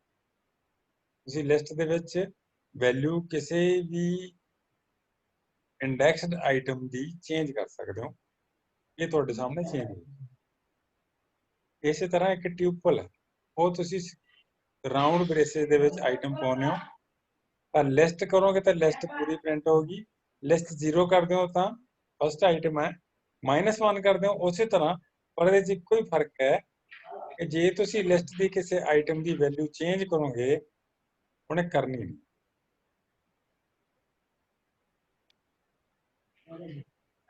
ਅਰਥਮੈਟਿਕ ਆਪਰੇਸ਼ਨ ਤੁਸੀਂ ਪਹਿਲਾਂ ਵੀ ਦਿਖਾਏ, ਤੁਹਾਨੂੰ ਦੁਬਾਰਾ ਦਿਖਾ ਸਕਦਾ। x is equal to 9 ਕੀਤਾ ਤੁਸੀਂ ਤਾਂ y is equal to 4 ਕੀਤਾ। ਜਦੋਂ ਤੁਸੀਂ ਐਡ ਕਰੋਗੇ x plus y ਤਾਂ ਐਡ ਦੇ ਵਿੱਚ 13 ਸਟੋਰ ਹੋ ਜਾਣਾ। ਸਬਟਰੈਕਟ ਕਰੋਗੇ x minus y 5 ਸਟੋਰ ਹੋ ਜਾਣਾ। ਮਲਟੀਪਲਾਈ ਕਰੋਗੇ ਤਾਂ 36 MUL ਦੇ ਵਿੱਚ ਸਟੋਰ ਹੋ ਜਾਣਾ। ਡਿਵਾਈਡ ਕਰੋਗੇ x by y ਤਾਂ 2, ਕਿਉਂਕਿ ਜੇ ਤੁਸੀਂ ਜਿਹੋ ਜਿਹਾ ਨੰਬਰ ਤੁਹਾਡਾ ਹੋਊਗਾ ਉਸੇ ਹਿਸਾਬ ਨਾਲ ਉਹਦੀ ਵੈਲਿਊ ਸਟੋਰ ਹੋ ਜਾਣੀ ਹੈ। ਮੋਡੂਲਸ ਰਿਮਾਈਂਡਰ ਹੁੰਦਾ ਹੈ। ਐਕਸਪੋਨੈਂਸ਼ੀਅਲ 2 ਦੀ ਪਾਵਰ 3 ਹੈ ਤਾਂ ਇਹ 64, 4 ਚੌਕੀ 16 ਚੌਕੀ 64, 4 ਦੀ ਵੈਲਿਊ 64 ਆ ਗਈ। ਫਲੋਰ ਵੈਲਿਊ ਹੁੰਦਾ ਜਦੋਂ ਤੁਸੀਂ ਕਿਸੇ ਨੰਬਰ ਨਾਲ ਡਿਵਾਈਡ ਕਰਕੇ 4 ਨੂੰ 9 ਨਾਲ 9 ਦੇ ਥੱਲੇ 4 ਕੀਤਾ ਤਾਂ 2.25 ਆਉਣਾ ਸੀ ਨਾ। ਜਦੋਂ ਫਲੋਰ ਲਿਖੋਗੇ ਤਾਂ ਪਿਛਲੇ ਚਲੇ ਜਾਂਦੇ ਆ। Only integral value store. Comparison operator ਤੁਹਾਡੇ ਕੋਲੇ x ਦੀ ਵੈਲਿਊ 9, y ਦੀ value 4, x equal to y ਲਿਖੋਗੇ, ਇਹ ਕੰਪੈਰੀਜ਼ਨ ਹੈ। ਜੇ ਤੁਸੀਂ x equal to y ਕਰ ਦੋਗੇ ਤਾਂ x ਦੀ ਵੈਲਿਊ ਉਹ ਹੋ ਜਾਣੀ ਹੈ ਜਿਹੜੀ y ਦੀ ਹੈ, ਫਿਰ x 4 ਹੋ ਜਾਂਦਾ। ਇੱਥੇ ਤੁਸੀਂ ਕੰਪੇਅਰ ਕਰ ਰਹੇ ਹੋ ਤਾਂ ਕੰਪੇਅਰ ਦਾ ਮਤਲਬ ਹੈ ਦੇਖਣਾ ਹੈ ਕਿ ਦੋਨਾਂ ਵੈਲਿਊ ਬਰਾਬਰ ਹੈ ਕਿ ਨਹੀਂ ਹੈ। ਜੇ ਦੋਨੇ ਬਰਾਬਰ ਹੈ ਤਾਂ ਟਰੂ ਹੋ ਜਾਊਗਾ, ਜੇ ਬਰਾਬਰ ਨਹੀਂ ਹੈ ਤੇ ਫਾਲਸ, ਕਿਉਂਕਿ ਬਰਾਬਰ ਨਹੀਂ ਹੈ ਤੇ ਫਾਲਸ ਹੈ। ਇਸੇ ਤਰ੍ਹਾਂ x not equal to y, ਇਹ ਤਾਂ ਸਹੀ ਹੈ ਨਾ, x is not equal to y ਤਾਂ ਟਰੂ ਹੋ ਗਿਆ। ਇਹ ਵੀ x not equal to y ਹੈ, ਇਹ ਵੀ ਟਰੂ ਹੋ ਗਿਆ। x is greater than y ਤਾਂ ਟਰੂ ਹੈ, x is less than y ਤਾਂ ਫਾਲਸ ਹੈ ਕਿ x is not less than y। x is greater than equal to y, ਦੋਨੇ ਆਪਸ਼ਨ ਹੈ, greater than and or equal to, ਤਾਂ greater than ਵੀ ਹੈਗਾ, equal to ਨਹੀਂ ਹੈਗਾ, ਇਸ ਕਰਕੇ ਟਰੂ ਹੈ। less than equal to, less than ਤਾਂ ਹੈ ਨਹੀਂ, equal to ਵੀ ਹੈ ਨਹੀਂ, ਇਸ ਕਰਕੇ false। y less than equal to x ਤਾਂ ਇਹ ਟਰੂ ਹੈ, ਕਿਉਂਕਿ y ਪਹਿਲਾਂ ਹੀ less than equal to 9 ਹੈ। z is equal to y less than equal to x, ਹੁਣ ਤਾਂ y less than equal to x ਦਾ ਜਵਾਬ ਕੀ ਆਇਆ ਸੀ? ਟਰੂ। ਆਪਾਂ ਇਹਨੂੰ ਸਾਰਿਆਂ ਨੂੰ ਇੱਥੇ ਪਾ ਦੇਂਗੇ ਤਾਂ z ਦੀ ਵੈਲਿਊ ਟਰੂ ਆ ਜਾਊਗੀ। ਜੇ ਤੁਸੀਂ ਉਹਨੂੰ ਕਹੋਗੇ ਇੰਟੀਜਰ ਵਿੱਚ ਜਵਾਬ ਕਹਿਣਾ ਤਾਂ ਫਿਰ ਟਰੂ ਦਾ ਮਤਲਬ 1 ਹੁੰਦਾ, ਤੇ ਫਾਲਸ ਹੋਵੇ ਤਾਂ ਇੱਥੇ 0 ਆਉਣਾ ਸੀ। ਮੈਨੂੰ ਨਹੀਂ ਪਤਾ ਤੁਹਾਡੇ ਕੋਲ ਕਿੰਨੇ ਸਟੂਡੈਂਟਸ ਨੇ ਪਾਈਥਨ ਆਪਦੇ ਲੈਪਟਾਪ ਤੇ ਇੰਸਟਾਲ ਕੀਤਾ ਹੋਇਆ ਤੇ ਕਿੰਨੇ ਜਾਣੇ ਨਾਲ ਰਨ ਵੀ ਕਰੀ ਜਾਂਦੇ ਆ। ਮੈਂ ਅੰਦਾਜ਼ੇ ਨਾਲ ਚੱਲ ਰਿਹਾ ਕਿ ਤੁਸੀਂ ਇਹਨਾਂ ਨੂੰ ਆਪਰੇਟ ਕਰ ਲਓਗੇ ਬਾਅਦ ਵਿੱਚ। ਅਸਾਈਨਮੈਂਟ ਆਪਰੇਟਰ ਸੇਮ ਐਗਜ਼ਾਮਪਲ ਲੈ ਕੇ x equal to 9, ਮਤਲਬ 9 ਜਿਹੜਾ ਉਹ x ਦੇ ਵਿੱਚ ਸਟੋਰ ਹੋ ਗਿਆ, 4 y ਦੇ ਵਿੱਚ ਸਟੋਰ ਹੋ ਗਿਆ। x plus is equal to y ਦਾ ਮਤਲਬ ਹੈ x ਦੀ ਵੈਲਿਊ ਦੇ ਵਿੱਚ y ਦੀ ਵੈਲਿਊ ਜੋੜ ਦੇਣੀ, 9 ਜਮਾ 4 13 ਮਾਈਨਸ ਹੈ, ਜਿਵੇਂ ਮਾਈਨਸ ਯੂਜ਼ ਕਰਦੇ ਸੀ ਉਵੇਂ ਹੀ। ਹੁਣ x minus y is equal to 9, ਕਿਉਂਕਿ ਉਹ 4 ਜਿਹੜਾ ਪਹਿਲਾਂ ਇੱਥੇ ਜੁੜ ਗਿਆ ਸੀ, x ਦੀ ਵੈਲਿਊ ਬਦਲ ਗਈ ਸੀ, ਹੁਣ ਉਹ 4 ਘਟ ਗਿਆ, x ਦੀ ਵੈਲਿਊ ਫਿਰ ਉਹੀ 9 ਹੋ ਗਈ ਜਿਹੜੀ ਪਹਿਲਾਂ ਸੀ। x ਗੁਣਾ ਇਕੁਅਲ ਟੂ y, y ਦੀ ਵੈਲਿਊ 4 ਹੈ, x ਦੀ ਵੈਲਿਊ 9 ਹੈ, 9 ਚੌਕਾ 36। ਇਹ ਡਿਵੀਜ਼ਨ ਵਾਲਾ ਰਿਜ਼ਲਟ ਹੈ, ਇਹ ਪਰਸੈਂਟ ਵਾਲਾ ਰਿਜ਼ਲਟ ਹੈ, ਇਹ ਪਾਵਰ ਵਾਲਾ ਰਿਜ਼ਲਟ ਹੈ, ਇਹ ਫਲੋਰ ਵੈਲਿਊ ਵਾਲਾ।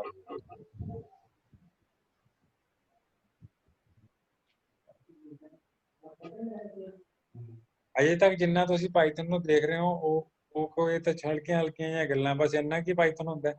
ਪਾਈਥਨ ਚੀਜ਼ ਹੈ, ਬਹੁਤ ਵੱਡਾ ਸਕੇਲੇਬਲ ਕੰਮ ਹੈ। ਕਿਸੇ ਵੀ ਤਰ੍ਹਾਂ ਦਾ ਪ੍ਰੋਗਰਾਮ ਕਿਸੇ ਹੋਰ ਲੈਂਗੁਏਜ ਵਿੱਚ ਬਣਦਾ ਹੋਵੇ, ਪਾਈਥਨ ਵਿੱਚ ਇਕੁਅਲੀ ਗੁੱਡ ਬਣੂਗਾ, ਫਾਸਟ ਬਣੂਗਾ, ਬਹੁਤ ਘੱਟ ਮੈਮਰੀ ਯੂਜ਼ ਕਰੂਗਾ। ਇਹ ਸਿਰਫ ਗੱਲਾਂ ਜਿਹੜੀਆਂ ਤੁਹਾਨੂੰ ਹੁਣ ਤੱਕ ਦੱਸੀਆਂ ਉਹ ਸ਼ੈਲ ਤੇ ਚਲਾਈਆਂ ਸੀ ਮੈਂ, ਇਹ ਸ਼ੈਲ ਤੇ ਚਲਾਈਆਂ, ਇੱਥੇ ਚਲਾਈਆਂ ਸ਼ੈਲ ਤੇ। ਪਰ ਤੁਸੀਂ ਫਾਈਲ ਵੀ ਬਣਾ ਸਕਦੇ ਹੋ, ਜੇ ਤੁਸੀਂ ਆਪਦਾ ਪ੍ਰੋਗਰਾਮ ਬਣਾਉਣਾ, ਫਾਈਲ ਬਣਾ ਕੇ ਨਿਊ ਫਾਈਲ ਬਣਾਓ, ਫਾਈਲ ਦੇ ਵਿੱਚ ਪ੍ਰੋਗਰਾਮ ਲਿਖੋ, ਉੱਥੇ ਰਨ ਕਰੋ। ਜਿਵੇਂ ਮੈਂ ਇੱਥੇ ਲਿਖਦਾ ਹਾਂ, ਤੁਸੀਂ ਸਕੈਨ ਲਿਖਦੇ ਸੀ ਨਾ, ਇੱਥੇ x is equal to input, enter a value, x ਵਿੱਚ ਇੱਕ ਵੈਲਿਊ ਐਂਟਰ ਹੋ ਗਈ ਤਾਂ ਮੈਂ ਉਹਨੂੰ ਪ੍ਰਿੰਟ ਕਰ ਲੈਣਾ। ਦੋ ਕਮਾਂਡਾਂ ਮੈਂ ਇਕੱਠੀਆਂ ਲਿਖੀਆਂ ਜੇ ਮੈਂ ਰਨ ਨਹੀਂ ਕੀਤੀਆਂ, ਜਦੋਂ ਮੈਂ ਰਨ ਕਰੂੰਗਾ ਇੱਥੋਂ ਕਰਦਾ ਰਨ, ਇੱਥੇ ਲਿਖਿਆ ਰਨ ਮੋਡਿਊਲ।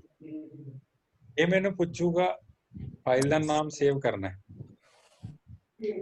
ਓਕੇ ਸੇਵ ਕਰਨਾ ਹੈ। ਜੇ ਸੇਵ ਕਰਨਾ ਹੈ ਤਾਂ ਤੁਸੀਂ ਫਾਈਲ ਦਾ ਨਾਮ ਦਿਓਗੇ। ਇੱਥੇ ਇੱਕ ਟੈਂਪਰਰੀ ਫਾਈਲ ਹੈ, ਇਹਦਾ ਨਾਮ ਮੈਂ 0 ਰੱਖਦਾ। ਜਦੋਂ ਇਹ ਰਨ ਹੁੰਦੀ ਹੈ ਤੁਹਾਡੇ ਕੋਲੋਂ ਐਂਟਰ ਇਹ ਵੈਲਿਊ ਮੰਗਦਾ ਪਿਆ ਕਿ x ਦੀ ਵੈਲਿਊ ਦੇ ਦਿਓ ਕੀ ਹੈ। ਮੈਂ ਲਿਖਤਾ 564, ਤਾਂ 564 ਸਟੋਰ ਹੋ ਗਿਆ x ਦੇ ਵਿੱਚ, ਤੇ ਉਹਨੇ 564 ਮੈਨੂੰ ਦਿਖਾ ਦਿੱਤਾ। ਇਸੇ ਤਰ੍ਹਾਂ ਮੈਂ ਇੱਕ ਹੋਰ ਵੈਲਿਊ ਲੈ ਲੈਣਾ, ਉਹਨੂੰ ਮੈਂ ਕਹਿੰਦਾ y,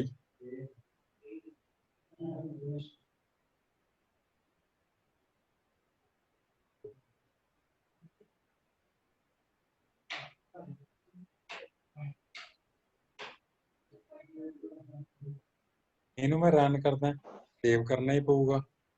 ਪਹਿਲਾਂ x ਦੀ ਵੈਲਿਊ ਮੰਗਦਾ 564, ਫਿਰ y ਦੀ ਵੈਲਿਊ ਮੰਗਦਾ 123, ਉਹਨੇ ਪ੍ਰਿੰਟ ਕਰਤੀ। ਹੁਣ ਜੇ ਮੈਂ ਸਮ ਕਰਨੇ ਆ ਦੋਨੇ, ਮੈਨੂੰ ਕਹਿੰਦਾ sum is equal to x plus y, ਤੇ ਪ੍ਰਿੰਟ ਕਰ ਦੇ ਸਮ। ਮੈਂ ਇਹਨੂੰ ਕਹਿੰਦਾ ਰਨ ਕਰ,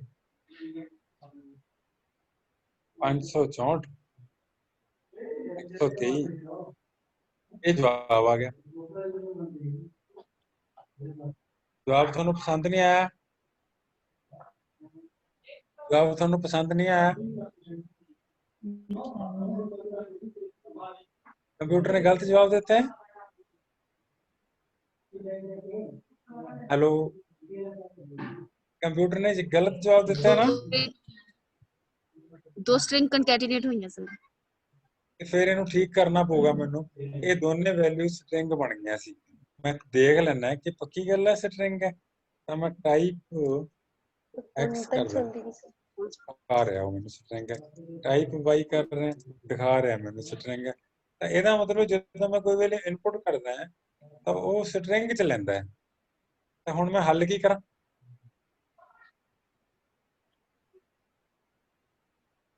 ਮੈਂ ਇੱਥੇ ਇੰਨਾ ਹੀ ਕਰ ਸਕਦਾ, ਮੈਂ x is equal to int of x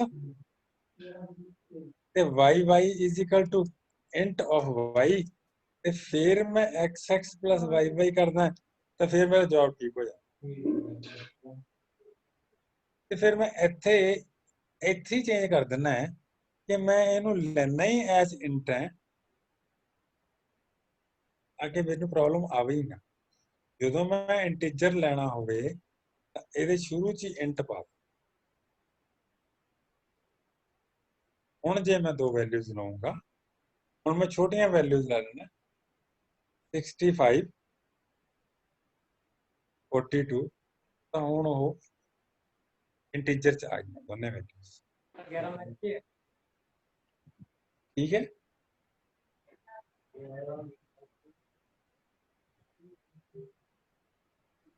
ਨਵੀਂ ਫਾਈਲ ਕ੍ਰੀਏਟ ਕਰਦੇ ਹਾਂ, ਉਹਦੇ ਵਿੱਚ ਅਸੀਂ ਪ੍ਰੋਗਰਾਮ ਲਿਖਦੇ ਹਾਂ, ਇਹ ਤੁਸੀਂ ਰਨ ਕਰਦੇ ਹੋ ਤਾਂ ਇਹ ਪ੍ਰੋਗਰਾਮ ਦੋ ਵੈਲਿਊਜ਼ ਨੂੰ ਇਨਪੁਟ ਕਰਾਉਂਦਾ ਹੈ।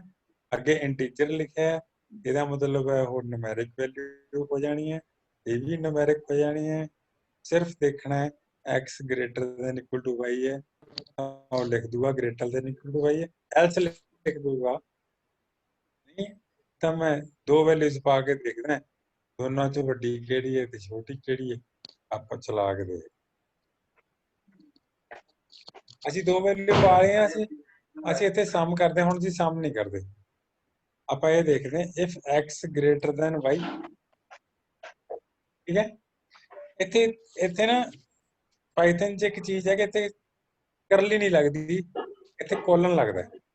ਕੋਲਨ ਲਿਖ ਕੇ ਇਹ ਥੋੜਾ ਇੰਡੈਂਟ ਹੋ ਕੇ ਅੱਗੇ ਲਿਖ ਦਿੰਦਾ, ਇਹ ਕਹਿੰਦਾ if x greater than y, x is greater than y, else print y is greater than x। ਅਸੀਂ ਇਹਨੂੰ ਰਨ ਕਰਦੇ ਹਾਂ, कॉमे बंद नहीं कीते एरर है x ਦੀ ਵੈਲਿਊ 5 ਤੇ y ਦੀ value 2 x is greater than y ਇੱਥੇ ਜਾ ਕੇ ਰਨ ਕਰਨਾ ਹੈ ਉਲਟ ਕਰ ਦੇਣਾ ਹੈ x ਦੀ ਵੈਲਿਊ 5 ਤੇ y ਦੀ ਵੈਲਿਊ 43 ਹੁਣ y is greater than x ਠੀਕ ਹੈ if ਦੇ ਵਿੱਚ ਤੁਸੀਂ ਆ ਚੀਜ਼ ਦੇਖੀ ਹੁਣ ਮੰਨ ਲਓ ਮੈਂ ਤਿੰਨ ਵੈਲਿਊਜ਼ ਦਾ ਬਣਾਉਣਾ ਹੁਣ ਫਿਰ ਮੈਨੂੰ ਇੱਥੇ z is equal to int फिर x greater than y फिर y greater than z वो करते ਹੁੰਦੇ ਨਾ ਆਪਾਂ ਬੜਾ ਲੰਬਾ ਚੌੜਾ ਕੰਮ ਤੇ ਆਪਾਂ ਇਹਨੂੰ ਸੌਖਾ ਕਰਨ ਦੀ ਕੋਸ਼ਿਸ਼ ਕਰਦੇ ਹਾਂ x equal to 3 y is equal to 1 ਤੇ z is equal to ਤਿੰਨ ਵੇਰੀਏਬਲ ਆ ਗਏ ਮੇਰੇ ਕੋਲ ਮੈਂ ਦੇਖਦਾ ਤਿੰਨਾਂ ਚੋਂ ਵੱਡਾ ਕਿਹੜਾ x y z मैंने प्रोग्राम नहीं लिखना पे एडा बड़ा उन्हें सीधा ही करता मैं 3 लै तो लवा इत्थे एक जेड भी ले लेना पर मैनू इफ वगैरह लाने की लोड़ ही नहीं पैनी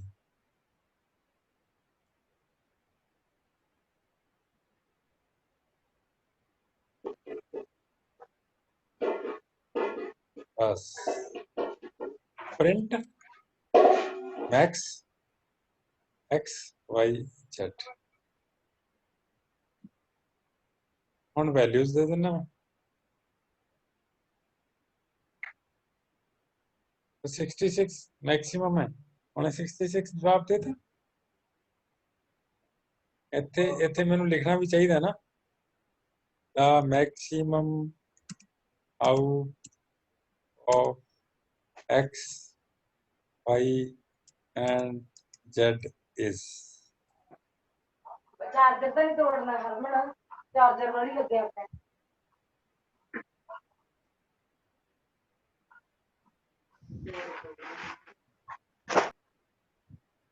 ठीक है ना ये डॉक्यूमेंटेशन होगी इसे स्टेटमेंट ਦੀ ਸਿੱਧਾ ਹੀ ਪ੍ਰਿੰਟ z ਲਿਖੋਗੇ ਡਾਕੂਮੈਂਟੇਸ਼ਨ ਨਹੀਂ ਕਿਸੇ ਨੂੰ ਪਤਾ ਨਹੀਂ ਲੱਗਣਾ ਹੈ ਕੀ ਹੋਇਆ ਇੱਥੇ ਤੁਸੀਂ ਲਿਖ ਦਿੱਤਾ ਕਿ ਆਊਟਪੁੱਟ ਜਿਹੜੀ ਹੈ ਸਾਡੀ ਉਹ ਆ ਹੁਣ ਤੁਹਾਨੂੰ लिख के देता था मैक्सिमम वैल्यू इज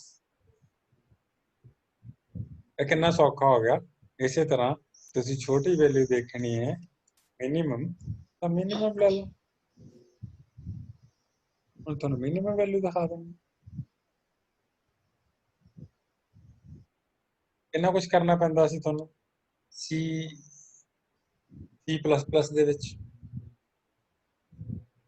इसे तरह थोड़े को फॉर ते वाइल स्टेटमेंट साडे कोल हैगी है एक नंबर लेना है इत्थे while number is less than 10 ते उन्हां नू जोड़ी चलो ते कट देंगे इसे तरह फॉर है for I in range print कर दो एक असी कर लेने फॉर इन्हां नू असी हटा देने आई इन रेंज 0, 5 पर कोलन लाना पऊगा प्रिंट आई रन करना 1 2 3 4 ठीक है क्योंकि 5 वाला पॉइंट लास्ट पॉइंट है 5 तक चलना इसे तरह ये तुसी 10 तो लैके 15 तक करनी है जिन्नी तुसी करनी उन्नी तुहानू दिखाओ ये तुसी स्टैप पाने विच भी किन्ने किन्ने चिर बाद इंक्रीमेंट लगना चाहिए 2 तो लैके 10 तक करना है ते 2 दा गैप है तुहाडे सामने वो आ जाएगा इसे तरह स्ट्रिंग दे वर्ड्स है वो कला कला वर्ड भी तुहानू दिखा दूंगा जिवें तुसी नंबरां दे विच कीता है काम स्ट्रिंग विच भी होए इसे तरह तुसी फॉर दे विच ब्रेक भी कर सकते हो 0 तो लेके 11 तक काउंटिंग करनी है जे तुसी आ लाइन ना लिखो 11 मैं जे कहना = 6 ਤੇ ब्रेक कर दी 5 तक कर दूंगा 6वें तो बाद ब्रेक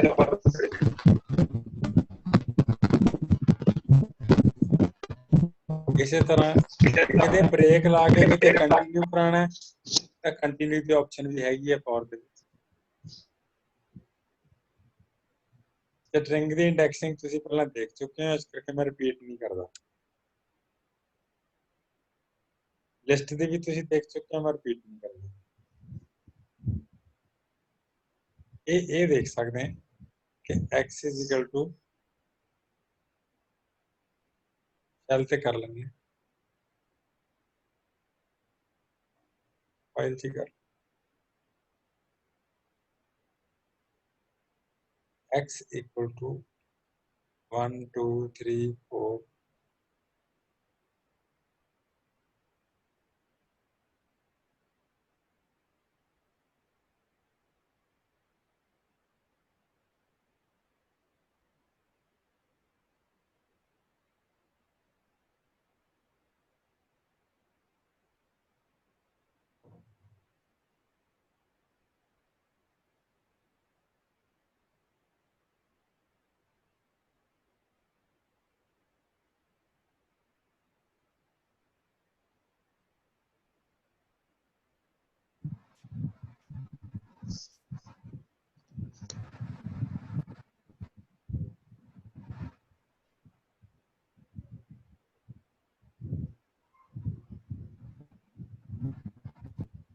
ਪਹਿਲਾਂ ਤੁਹਾਡੀ ਵੈਲਿਊਜ਼ ਕੀ ਸੀਗੀਆਂ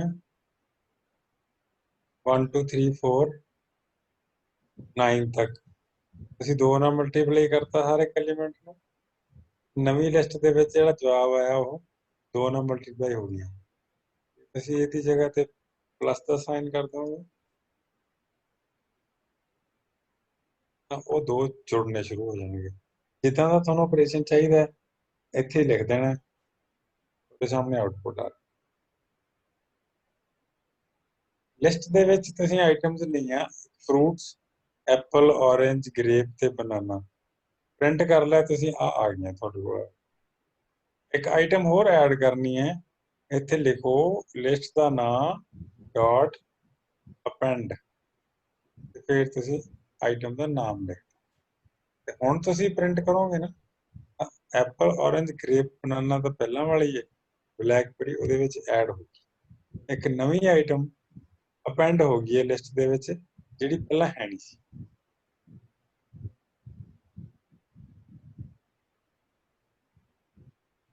ਜੇ ਤੁਸੀਂ ਆਈਟਮ ਰਿਮੂਵ ਕਰਨੀ ਹੈ ਉਹਦਾ ਨਾਮ ਦੇ ਕੇ ਰਿਮੂਵ ਕਰ ਦਿਓ ਐਪਲ ਔਰੇਂਜ ਗ੍ਰੇਪ ਰਿਮੂਵ ਕਰਨਾ ਗ੍ਰੇਪ ਨਿਕਲ ਗਿਆ ਪੌਪ ਤੁਹਾਨੂੰ ਪਤਾ ਹੈ ਪੌਪ ਕਿੱਥੋਂ ਹੁੰਦਾ ਬਨਾਨਾ ਨਿਕਲ ਗਿਆ ਪੌਪ 1 ਕੀਤਾ ਤਾਂ ਪਿਛਲੇ ਪਾਸੇ ਨਿਕਲ ਗਿਆ ਇਹ ਤੁਸੀਂ 1 ਕਰਕੇ ਕਰ ਦਿਓ ਐਪਲ ਔਰੇਂਜ ਗ੍ਰੇਪ ਤੇ ਬਨਾਨਾ 1 ਡਿਲੀਟ ਹੋ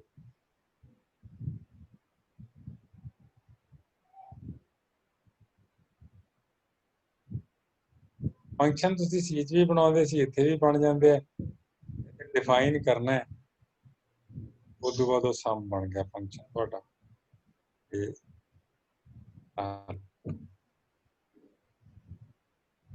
डिफाइन करो ऐड मैं नाम रखता पैरामीटर दे दे मैं किहड़े चाहिए मैनू सेमीकोलन देता सम = या इनमें रिजल्ट नाम देवा तो ज़्यादा वधिया result = a + b return result इनको ऐड रन कर क्योंकि मैं प्रिंट नहीं किया मैं जवाब नहीं दिखाया फंक्शन वैसे चलता पाया देखो तुम जवाब आ गया फंक्शन इतने भी लिख सकता मैं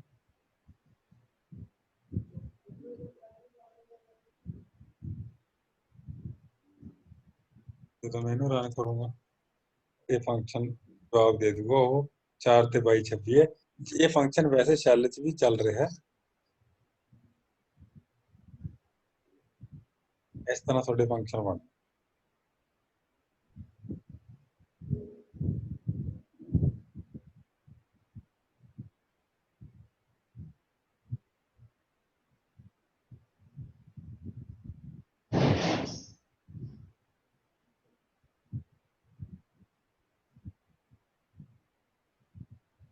कुछ नंबर दे नाल होर कर लेने डिजिट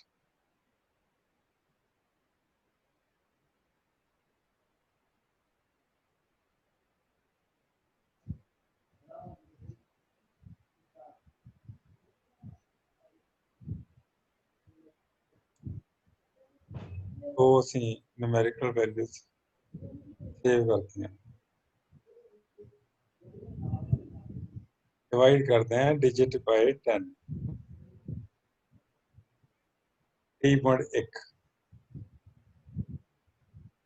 124 नम बाय 8 15.5 जे मैं नम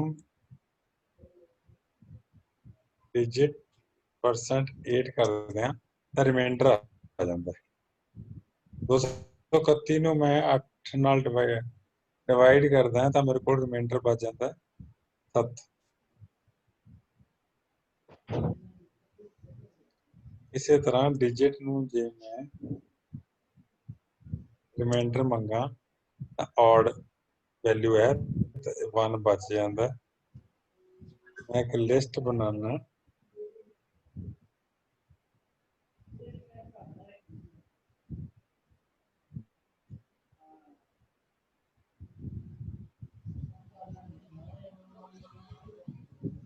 ਇਹਦੇ ਚ 4 ਆਈਟਮਸ ਨੇ ਤਾਂ ਮੈਨੂੰ ਦਿਖਾ ਰਿਹਾ ਉਹ ਕਿ 4 ਆਈਟਮਸ ਨੇ। ਇਹਦੀ ਲੈਂਥ ਆਫ ਦਾ ਲਿਸਟ ਮੈਨੂੰ ਉਹਨੇ ਦਿਖਾ ਦਿੱਤੀ।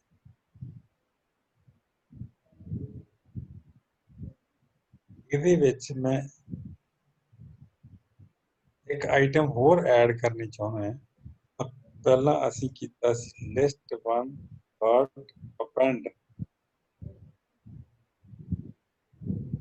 लिस्ट 1 द्वारा देखा तो एक आइटम और ऐड हो।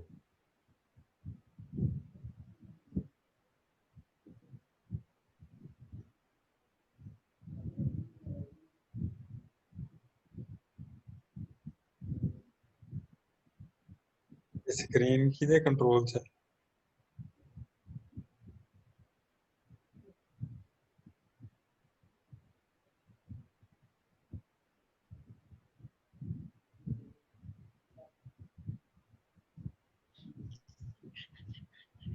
मैडम स्क्रीन साफ करे जरा, इसने लाइन मार दी।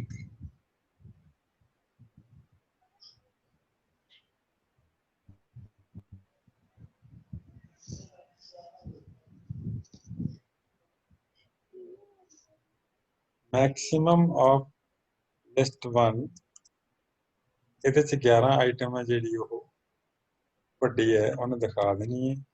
ਮਿਨੀਮਮ ਆਫ ਲਿਸਟ 1 ਇੱਕ ਨੰਬਰ ਛੋਟਾ ਸਭ ਤੋਂ ਉਹ ਦਿਖਾ ਦੇਣਾ। ਇਸੇ ਤਰ੍ਹਾਂ ਤੁਸੀਂ ਲਿਸਟ ਸਟ੍ਰਿੰਗ ਦੀ ਵੀ ਉਹੀ ਆਪਰੇਸ਼ਨ ਹੈ।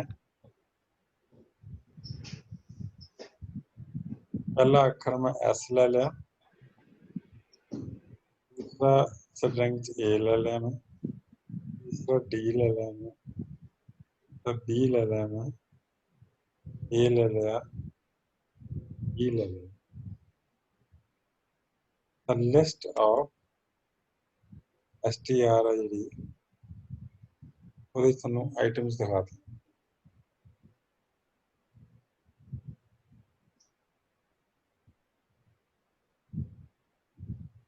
मैं ਇਹਨਾਂ ਦਾ ਆਰਡਰ ਦੇਖਣਾ ਚਾਹੁੰਦਾ ਕਿ ਅਲਫਾਬੈਟਿਕਲੀ ਮੈਨੂੰ ਸੌਰਟਡ ਆਰ ਉਹਨੇ ਸੌਰਟਿੰਗ ਕਰਤੀ। ਪਹਿਲਾਂ ਏ ਵਾਲੀਆਂ ਆਈਟਮਾਂ ਆ ਗਈਆਂ, ਫਿਰ ਬੀ, ਬੀ, ਫਿਰ ਐਸ। ਇਸੇ ਤਰ੍ਹਾਂ ਤੁਹਾਡੀ ਜਿਹੜੀ ਲਿਸਟ ਹੈ ਉਹਦਾ ਆਰਡਰ ਉਲਟ ਵੀ ਕਰ ਸਕਦੇ ਹੋ। sorted list str लिखना भी है reverse is equal to true।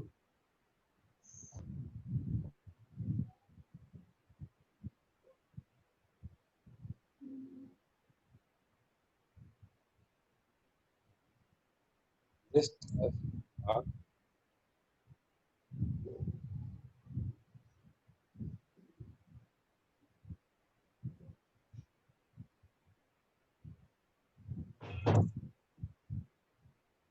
sorted str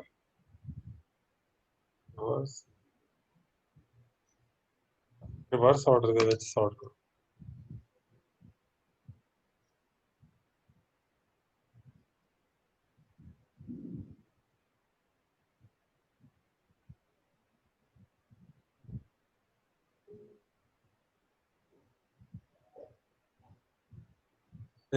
ਇੱਕ ਹੋਰ ਆਪਸ਼ਨ ਕਰਦੇ ਹਾਂ ਆਪਾਂ ਕਿ ਜੇ ਤੁਸੀਂ ਰੈਂਡਮ ਨੰਬਰ ਜਨਰੇਟ ਕਰਨਾ ਹੋਵੇ ਤਾਂ ਆਪਾਂ ਕਿਵੇਂ ਜਨਰੇਟ ਕਰਦੇ ਹਾਂ। ਇੱਕ ਨੰਬਰ ਲਿਖੋ n is equal to random dot random integer 1 ਤੋਂ ਲੈ ਕੇ 10 ਦੇ ਵਿੱਚ। ਇਹ ਨਹੀਂ ਚੱਲਣਾ ਕਿਉਂਕਿ ਅਸੀਂ ਇੰਪੋਰਟ ਪੈਕੇਜ ਹੈ ਉਹਨੂੰ ਕਾਲ ਕਰਨਾ ਪੈਂਦਾ।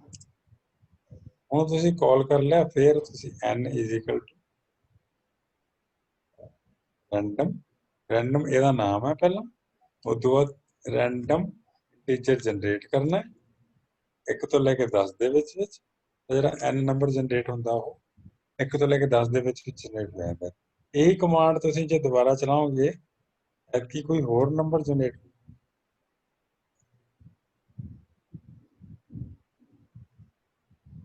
ਜਾਂ ਇਹਦੇ ਮੂਹਰੇ ਪ੍ਰਿੰਟ ਹੀ ਲਿਖ ਦਿੰਦਾ ਮੈਂ ਤਾਂ ਕਿ ਆਪਾਂ ਨੂੰ ਵਾਰੀ-ਵਾਰੀ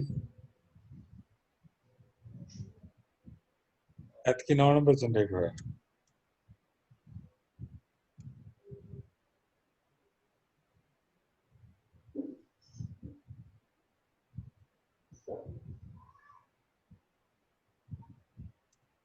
ਅੱਠ ਨੰਬਰ ਜਨਰੇਟ ਹੋਇਆ, 5 ਜਨਰੇਟ ਹੋਇਆ, ਰੈਂਡਮਲੀ ਜਨਰੇਟ ਹੋਣੇ। ਹੁਣ ਇਹੀ ਨੰਬਰ ਜੇ ਮੈਂ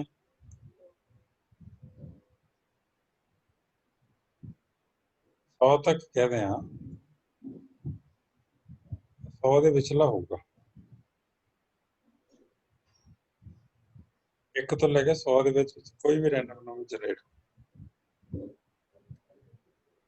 ਇਹ ਜ਼ਰੂਰੀ ਨਹੀਂ ਇੱਕ ਹੀ ਦੇਣਾ, ਅੱਗੇ ਕੁਝ ਵੀ ਦੇ ਸਕਦੇ ਹਾਂ। ਫਿਰ ਉਹ ਨੰਬਰ ਨਹੀਂ ਆਊਗਾ, ਉਸ ਤੋਂ ਅਗਲੇ ਹੀ ਆਉਣਗੇ।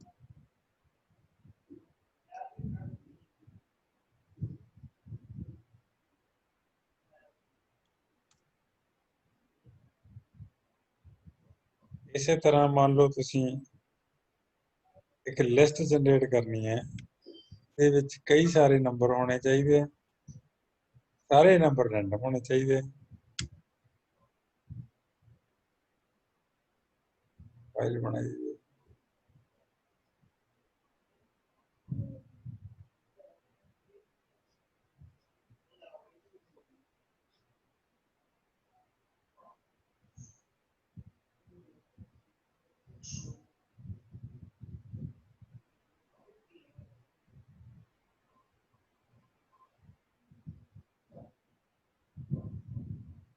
ਇਹ 'ਚ ਪਹਿਲੀ ਲਾਈਨ ਆ ਰਹੀ ਹੈ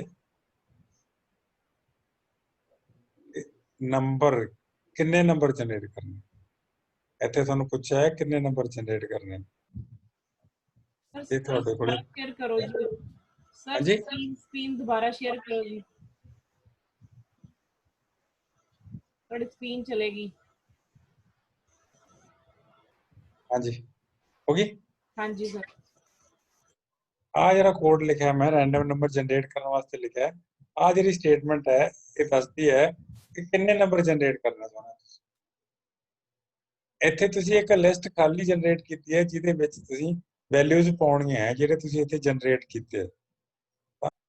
ਉਹ ਸ਼ੁਰੂ ਕਿੱਥੋਂ ਹੋਣਗੇ, ਆਈ ਕਿੰਨਾ 0 ਤੋਂ ਸ਼ੁਰੂ ਹੋਣਗੇ। ਨੰਬਰ ਕਿੰਨਾ ਜਿੰਨੇ ਨੰਬਰ ਤੁਹਾਨੂੰ ਚਾਹੀਦੇ ਉਹਨੇ।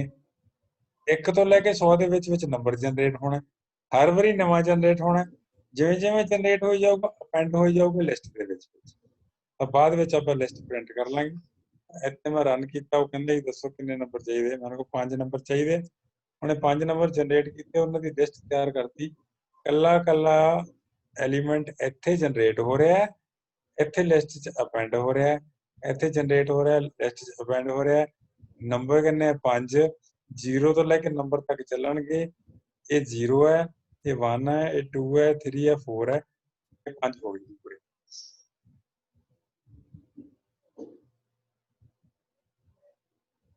ਰੈਂਡਮ ਨੰਬਰ ਜਨਰੇਟ ਕਰਨ ਦਾ, ਇੱਕ ਲਿਸਟ ਜਨਰੇਟ ਕਰਨ ਦਾ। ਹੁਣ ਇਸੇ ਤਰ੍ਹਾਂ ਤੁਹਾਨੂੰ ਜ਼ਿਆਦਾ ਚਾਹੀਦੇ, ਤੁਸੀਂ 10 ਲਿਖਦੇ ਹੋ, 10 ਜਨਰੇਟ ਕਰ ਦਿੰਦੇ।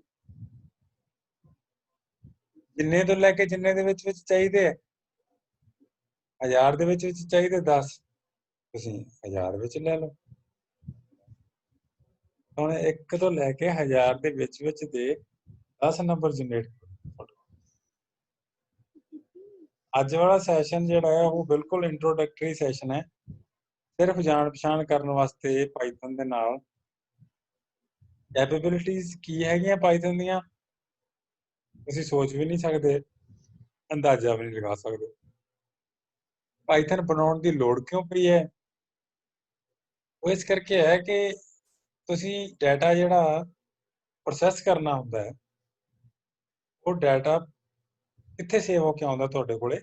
ਬਹੁਤ ਹੀ ਵਾਰੀ ਤੁਹਾਡੇ ਕੋਲ ਡਾਟਾਬੇਸ ਦੇ ਵਿੱਚੋਂ ਫਾਈਲ ਆਉਂਦੀ ਹੈ, ਤੇ ਪਰਸਨਲ ਕੰਪਿਊਟਰ ਤੇ ਕੰਮ ਕਰਨ ਵਾਲੇ ਲੋਕ ਜਿਹੜੇ ਹੈ ਉਹ ਜ਼ਿਆਦਾ ਤੋਂ ਜ਼ਿਆਦਾ ਡਾਟਾ ਐਕਸਲ 'ਚ ਸਟੋਰ ਕਰਕੇ ਭੇਜਦੇ ਆ। CSV ਫਾਈਲਾਂ ਹੁੰਦੀਆਂ, ਤਾਂ ਐਕਸਲ ਦੀ ਫਾਈਲਾਂ ਦੇ ਵਿੱਚ ਜਿਹੜੀ ਰੋਜ਼ ਦੀ ਗਿਣਤੀ ਹੈ ਤੇ ਕਾਲਮਸ ਦੀ ਗਿਣਤੀ ਹੈ ਉਹ ਲਿਮਟਿਡ ਹੁੰਦੀ ਹੈ। ਜੇ ਉਹ ਲਿਮਟ ਤੋਂ ਵੱਧ ਜੇ ਤਾਂ ਤੁਹਾਨੂੰ ਨਵੀਂ ਸ਼ੀਟ ਤਿਆਰ ਕਰਨੀ ਪੈਂਦੀ ਹੈ, ਫਿਰ ਵੱਧ ਜੇ ਤੇ ਫਿਰ ਇੱਕ ਹੋਰ ਸ਼ੀਟ ਤਿਆਰ ਕਰਨੀ ਪੈਂਦੀ। ਇਹ ਫਿਰ ਡਾਟਾ ਵਾਰੀ ਤੁਹਾਨੂੰ ਸ਼ੀਟਾਂ 'ਚੋਂ ਚੱਕਣਾ ਪੈਂਦਾ, ਫਿਰ ਪ੍ਰੋਸੈਸ ਕਰਨਾ ਪੈਂਦਾ। ਫਿਰ ਕੰਪਾਈਲਰ ਬੇਸਡ ਜਿਹੜੀਆਂ ਲੈਂਗੁਏਜਸ ਹੁੰਦੀਆਂ ਉਹ ਪ੍ਰੋਸੈਸਿੰਗ ਤੇ ਟਾਈਮ ਵੀ ਲਾਉਂਦੀਆਂ। ਪਾਈਥਨ ਇੰਟਰਪ੍ਰੇਟਰ ਹੈ, ਇੰਟਰਪ੍ਰੇਟਰ ਬੇਸਡ ਲੈਂਗੁਏਜ ਹੈ, ਇਹ ਜ਼ਿਆਦਾ ਟਾਈਮ ਨਹੀਂ ਲਾਉਂਦੀ ਪ੍ਰੋਸੈਸ ਕਰਨ ਲੱਗੇ। ਦੂਸਰੀ ਵੱਡੀ ਗੱਲ ਹੈ ਕਿ ਡਾਟਾ ਜਿਹੜਾ ਬਹੁਤ ਜ਼ਿਆਦਾ ਦੀ ਲਿਮਟ ਐਕਸਲ ਤੋਂ ਪਾਰ ਹੋ ਜਾਂਦੀ ਹੈ, ਤੇ ਜਿਹੜਾ ਡਾਟਾ ਲਗਾਤਾਰ ਆਉਂਦਾ ਹੀ ਤੁਰਿਆ ਜਾਂਦਾ ਹੈ, ਉਹਨੂੰ ਪ੍ਰੋਸੈਸ ਕਰਨ ਦੀ ਕੈਪੇਬਿਲਿਟੀ ਪਾਈਥਨ ਦੇ ਵਿੱਚ। ਮੈਂ 2018 ਚੋਂ ਪਾਈਥਨ ਪੜਾਉਣਾ ਸ਼ੁਰੂ ਕੀਤਾ ਸੀ। ਅੱਜ ਵੀ ਜੇ ਕੋਈ ਚੈਲੰਜ ਆਉਂਦਾ ਤੇ ਮੈਂ ਉਹਨੂੰ ਪ੍ਰੋਸੈਸ ਕਰਨ ਦੀ ਕੋਸ਼ਿਸ਼ ਕਰਦਾ। ਬੜੇ ਸਿੰਪਲ ਹੀ ਪ੍ਰੋਬਲਮਸ ਹੁੰਦੀਆਂ ਸੋਲਵ ਕਰਨ ਵਾਸਤੇ। ਗੱਲ ਕੀ ਹੁੰਦੀ, ਆਪਾਂ ਉਹੀ ਸੋਚਦੇ ਹਾਂ ਵੀ ਲੌਜਿਕ ਕੀ ਲੱਗੂਗਾ, ਇਹਨਾਂ ਦਾ ਧਿਆਨ ਰੱਖਣਾ ਪਊਗਾ ਲੌਜਿਕ ਕੀ ਲੱਗੂਗਾ। ਪਰ ਬਹੁਤੇ ਸਾਰੇ ਫੰਕਸ਼ਨ ਛੋਟੇ ਕੰਮਾਂ ਵਾਲੇ ਜਿਹੜੇ ਰੋਜ਼ ਕੰਮ ਆਉਂਦੇ ਆ ਉਹ ਪਾਈਥਨ ਵਿੱਚ ਬਣਾ ਕੇ ਦਿੱਤੇ ਵੇ ਆ। ਫਿਰ ਇਹ ਸਭ ਤੋਂ ਲਾਈਟ ਹੈ। ਜੇ ਤੁਸੀਂ C# ਨੂੰ ਇੰਸਟਾਲ ਕਰੋਗੇ, ਫਿਰ ਵਿਜ਼ੂਅਲ ਸਟੂਡੀਓ ਇੰਸਟਾਲ ਕਰੋਗੇ, ਜਾਵਾ ਇੰਸਟਾਲ ਕਰੋਗੇ, ਬਹੁਤ ਸਾਰਾ ਟਾਈਮ ਤੁਹਾਡਾ ਉਹ ਵੇਸਟ ਕਰੂਗਾ ਇੰਸਟਾਲੇਸ਼ਨ ਦੇ ਵਿੱਚ, ਤੇ ਬਹੁਤ ਸਾਰਾ ਟਾਈਮ ਬਾਅਦ ਵਿੱਚ ਉਹਨੇ ਸਪੇਸ ਲੈ ਲੈਣੀ ਤੁਹਾਡੀ ਮੈਮਰੀ। ਫਿਰ ਤੁਹਾਨੂੰ ਇਹ ਮਹਿਸੂਸ ਹੋਣ ਲੱਗ ਜਾਂਦਾ ਕਿ ਤੁਹਾਡੀ ਰੈਮ ਜਿਹੜੀ ਹੈ ਕੰਪਿਊਟਰ ਦੀ ਉਹ ਘਟ ਗਈ, ਰੈਮ ਵਧਾਉਣੀ ਪਊਗੀ। ਰੈਮ ਵਧਾਉਂਦਿਆਂ ਫਿਰ ਤੁਹਾਨੂੰ ਇਹ ਲੱਗਦਾ ਪ੍ਰੋਸੈਸਰ ਸਲੋ ਹੋ ਗਿਆ, ਪ੍ਰੋਸੈਸਰ ਵੀ ਵਧਾਉਣਾ ਪਊਗਾ। ਤੇ ਪਾਈਥਨ ਨੇ ਕਿਹਾ ਵੀ ਇਹੋ ਜਿਹੀਆਂ ਗੱਲਾਂ ਬਾਰੇ ਸੋਚਣ ਦੀ ਲੋੜ ਨਹੀਂ। ਜਿਹੜੀ ਮਰਜ਼ੀ ਪੁਰਾਣੀ ਮਸ਼ੀਨ ਲਿਆਓ, ਜਿਹੜੇ ਮਰਜ਼ੀ ਆਪਰੇਟਿੰਗ ਸਿਸਟਮ ਵਾਲੀ ਲਿਆਓ, ਡਾਟਾਬੇਸ ਡਾਟਾ ਸਟੋਰ ਕਰਨ ਦੀ ਕੈਪੇਬਿਲਿਟੀ ਹੋਣੀ ਚਾਹੀਦੀ ਹੈ। ਮੈਮਰੀ ਦੀ ਦਿੱਕਤ ਮੈਂ ਨਹੀਂ ਆਉਣ ਦੇਣੀ। ਇਹ ਖਾਸੀਅਤ ਤੁਹਾਡੀ ਪਾਈਥਨ ਲੈਂਗੁਏਜ ਦੇ ਵਿੱਚ ਹੈ। ਹੁਣ ਇਹ ਪੜ੍ਹਾਈ ਕਿਉਂ ਜਾ ਰਹੀ ਹੈ? ਇਸ ਕਰਕੇ ਪੜ੍ਹਾਈ ਜਾ ਰਹੀ ਹੈ ਵੀ ਇਹ ਸੌਖੀ ਹੈ ਹੈਂਡਲ ਕਰਨੀ। ਦੂਸਰਾ, ਜਿਹੜਾ ਫਿਊਚਰ ਹੈ ਤੁਹਾਡਾ, ਜਦੋਂ ਵੀ ਤੁਸੀਂ ਕਿਤੇ ਅੱਗੇ ਜਾਂਦੇ ਹੋ ਪਲੇਸਮੈਂਟ ਵਾਸਤੇ, ਉੱਥੇ ਤੁਹਾਨੂੰ ਇਹੀ ਪੁੱਛਣਗੇ ਕੰਪਨੀ ਵਾਲੇ ਕਿ ਤੁਹਾਨੂੰ ਨਵੀਂ ਲੈਂਗੁਏਜ ਆਉਂਦੀ। ਜੇ ਤੁਸੀਂ ਕਹਿੰਦੇ ਨੇ ਆਉਂਦੀ ਹੈ ਤਾਂ ਤੁਹਾਡੇ ਚਾਂਸਸ ਪਲੇਸਮੈਂਟ ਦੇ ਵੱਧ ਜਾਂਦੇ, ਨਹੀਂ ਤੇ ਫਿਰ ਸਿੱਖਣ ਦੇ ਟਾਈਮ ਲਾਉਂਗੇ। ਤਾਂ ਬਹੁਤ ਸੋਹਣਾ ਮੌਕਾ ਹੈ। ਹੱਸਦੇ ਖੇਡਦੇ ਆ, ਛੋਟੇ ਪ੍ਰੋਗਰਾਮ ਬਣਾਉਂਦੇ ਆ ਤੁਸੀਂ ਪਾਈਥਨ ਸਿੱਖ ਸਕਦੇ ਹੋ। ਤਾਂ ਤੁਸੀਂ ਟਰਾਈ ਕਰੋ। ਮੈਂ ਤੁਹਾਨੂੰ 15 ਮਿੰਟ ਹੋਰ ਦਿੰਦਾ ਕੁਝ ਕੁਐਸਚਨ ਪੁੱਛਣ ਦੇ, ਨਹੀਂ ਤਾਂ ਮੇਰੇ ਕੋਲ ਐਕਸਰਸਾਈਜ਼ਸ ਬਹੁਤ ਹੈ। ਮੈਂ ਬਹੁਤ ਸਾਰੇ ਪ੍ਰੋਗਰਾਮ ਬਣਾ ਕੇ ਤੁਹਾਡੇ ਵਾਸਤੇ ਚਲਾ ਕੇ ਦਿਖਾ ਸਕਦਾ। ਪਰ ਗੱਲ ਉਹੀ ਹੈ ਵੀ ਮੈਂ ਤਾਂ ਚਲਾ ਹੀ ਲੈਣੇ ਆ, ਤੁਹਾਡੇ ਵਾਸਤੇ ਤਾਂ ਪੰਗਾ ਉੱਥੇ ਫੇਰ ਖੜਾ ਹੋ ਗਿਆ ਵੀ ਪ੍ਰੋਗਰਾਮ ਬਣਾਉਣਾ ਹੀ ਤਾਂ ਪੰਗਾ। ਪ੍ਰੋਗਰਾਮ ਕਿਉਂ ਬਣਾਈਏ? ਪ੍ਰੋਗਰਾਮ ਕਿਵੇਂ ਬਣੇ, ਪ੍ਰੋਗਰਾਮ ਵਾਸਤੇ ਲੌਜਿਕ ਕੀ ਹੋਣਾ ਚਾਹੀਦਾ, ਤੇ ਕਰੀਦਾ ਕਿਵੇਂ ਜਾਂਦਾ। ਇਹ ਗੱਲਾਂ ਸੋਚਣ ਵਾਸਤੇ ਤੁਹਾਡੇ ਆਪਦੇ ਦਿਮਾਗ ਵਿੱਚ ਇਹ ਕੁਐਸਚਨ ਪੈਦਾ ਹੋਣੇ ਚਾਹੀਦੇ, ਫਿਰ ਹੱਲ ਕਰਨ ਵਾਸਤੇ ਜਵਾਬ ਲੱਭੋਗੇ। ਠੀਕ ਹੈ। ਇੱਕ ਐਗਜ਼ਾਮਪਲ ਲੈ ਲੈਂਦੇ ਹਾਂ ਕਿ ਤੁਹਾਡੇ ਕੋਲ ਇੱਕ ਨੰਬਰ ਹੈ, ਮੰਨ ਲਓ 87 ਹੈ, ਇਹ 8 ਤੇ 7 ਅੱਡ ਕਰਨੇ, ਇਹ ਕਿਵੇਂ ਕੀਤੇ ਜਾਣਗੇ। ਜਾਂ ਤੁਹਾਡੇ ਕੋਲ ਨੰਬਰ ਹੈ 593, ਇਹ ਚੋਂ 5 ਅੱਡ ਕੱਢਣਾ, 9 ਅੱਡ ਕੱਢਣਾ, 3 ਅੱਡ ਕੱਢਣਾ, ਇਹ ਕਿਵੇਂ ਕੱਢੇ ਜਾਣਗੇ। ਇਹਦਾ ਲੌਜਿਕ ਬਣਾ ਕੇ ਦੇਖੀਏ, ਸੋਚੋ ਤੁਸੀਂ। ਇਹ ਸਟਰਿੰਗ ਤਾਂ ਹੈ ਨਹੀਂ, ਆਪਾਂ ਲਿਖ ਦਿਆਂਗੇ a = ਕੌਮਿਆਂ ਦੇ ਵਿੱਚ 585 ਤੇ a ਦੇ ਨਾਲ ਸਕੁਅਰ ਬ੍ਰੈਕਟ 0 ਪਾ ਦੇਂਗੇ ਤਾਂ 5 ਅੱਡ ਹੋ ਜਾਊਗਾ, ਜੇ 1 ਪਾ ਦੇਂਗੇ ਤਾਂ 8 ਅੱਡ ਹੋ ਜਾਊਗਾ, ਤੇ ਜੇ ਪਿਛਲਾ 5 ਅੱਡ ਕਰਨਾ ਤਾਂ 2 ਕਰ ਦੇਂਗੇ, ਜਿਵੇਂ ਤੁਸੀਂ ਹਮੇਸ਼ਾ ਕਰਦੇ ਆਏ ਹੋ।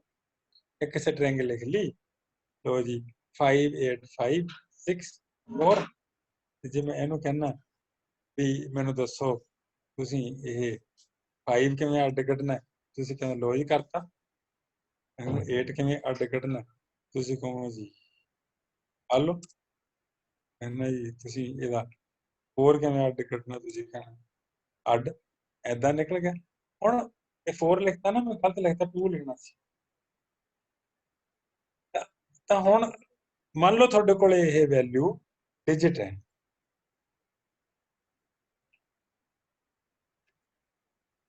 ਹੁਣ ਤੁਸੀਂ ਮੈਨੂੰ ਇਸ ਡਿਜਿਟ ਦੇ ਵਿੱਚੋਂ 5 ਤੇ 8 ਤੇ 4 ਅੱਡ ਕੱਢ ਕੇ ਦਿਖਾਓ। ਜਿਹੜਾ ਅੱਜ ਵਾਲਾ ਤੁਹਾਡਾ ਸੈਸ਼ਨ ਚੱਲਦਾ ਪਿਆ, ਇਹ ਸੈਸ਼ਨ ਤੁਹਾਡੇ ਦਿਮਾਗ ਤੇ ਕੋਈ ਬੋਝ ਨਹੀਂ ਕਿ ਤੁਹਾਨੂੰ ਕੁਝ ਕਰਕੇ ਦਿਖਾਉਣਾ ਪਊ। ਉਹਨੂੰ ਕੁਝ ਕਰਕੇ ਨਹੀਂ ਦਿਖਾਉਣਾ ਪੈਣਾ, ਤੇ ਮੈਂ ਹੀ ਕਰਕੇ ਦਿਖਾਉਣਾ, ਫਿਰ ਵੀ ਤੁਹਾਨੂੰ ਸਰਟੀਫਿਕੇਟ ਮਿਲ ਜਾਣਾ।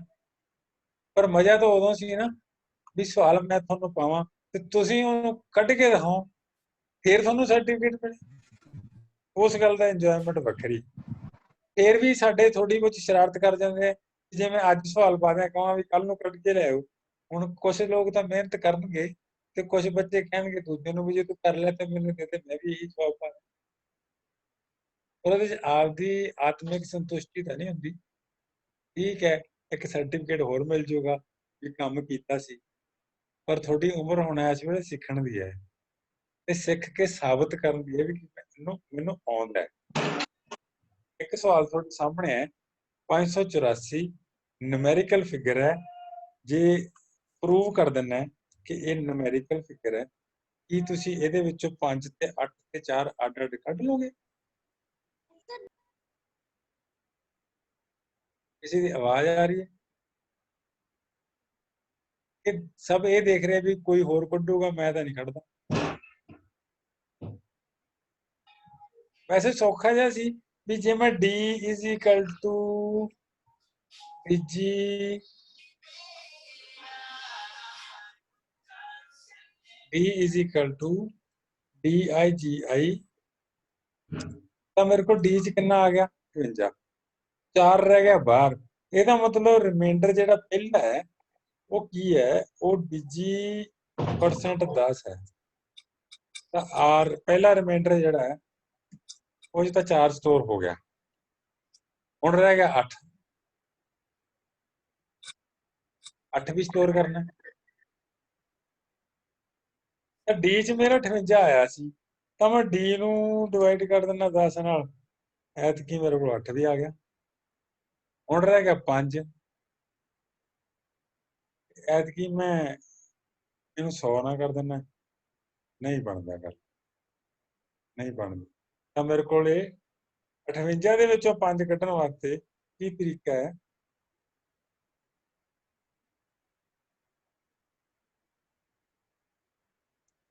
ਹੋ ਗਿਆ 5, ਤਾਂ ਮੇਰੇ ਕੋਲ 5 ਵੀ ਆ ਗਿਆ, ਮੇਰੇ ਕੋਲ 8 ਵੀ ਆ ਗਿਆ, ਤੇ ਮੇਰੇ ਕੋਲ 4 ਵੀ ਆ ਗਿਆ, ਤਿੰਨੇ ਆ ਗਏ ਨਾ।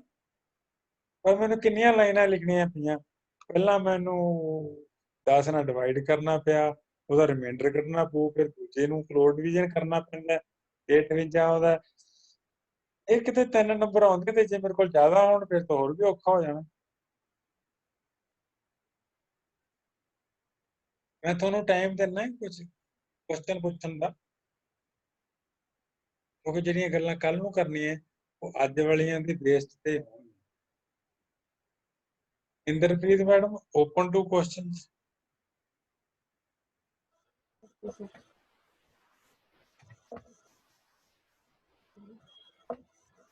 ਕੋਈ ਟੀਚਰ ਵੀ ਪੁੱਛ ਸਕਦਾ।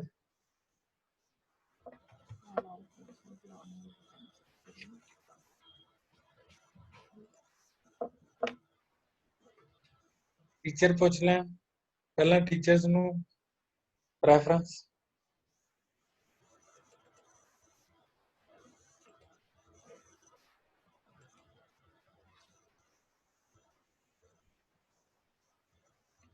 Please ask question one by one. Please raise your hand. जिन्हें भी क्वेश्चन पूछना है, please raise your hand.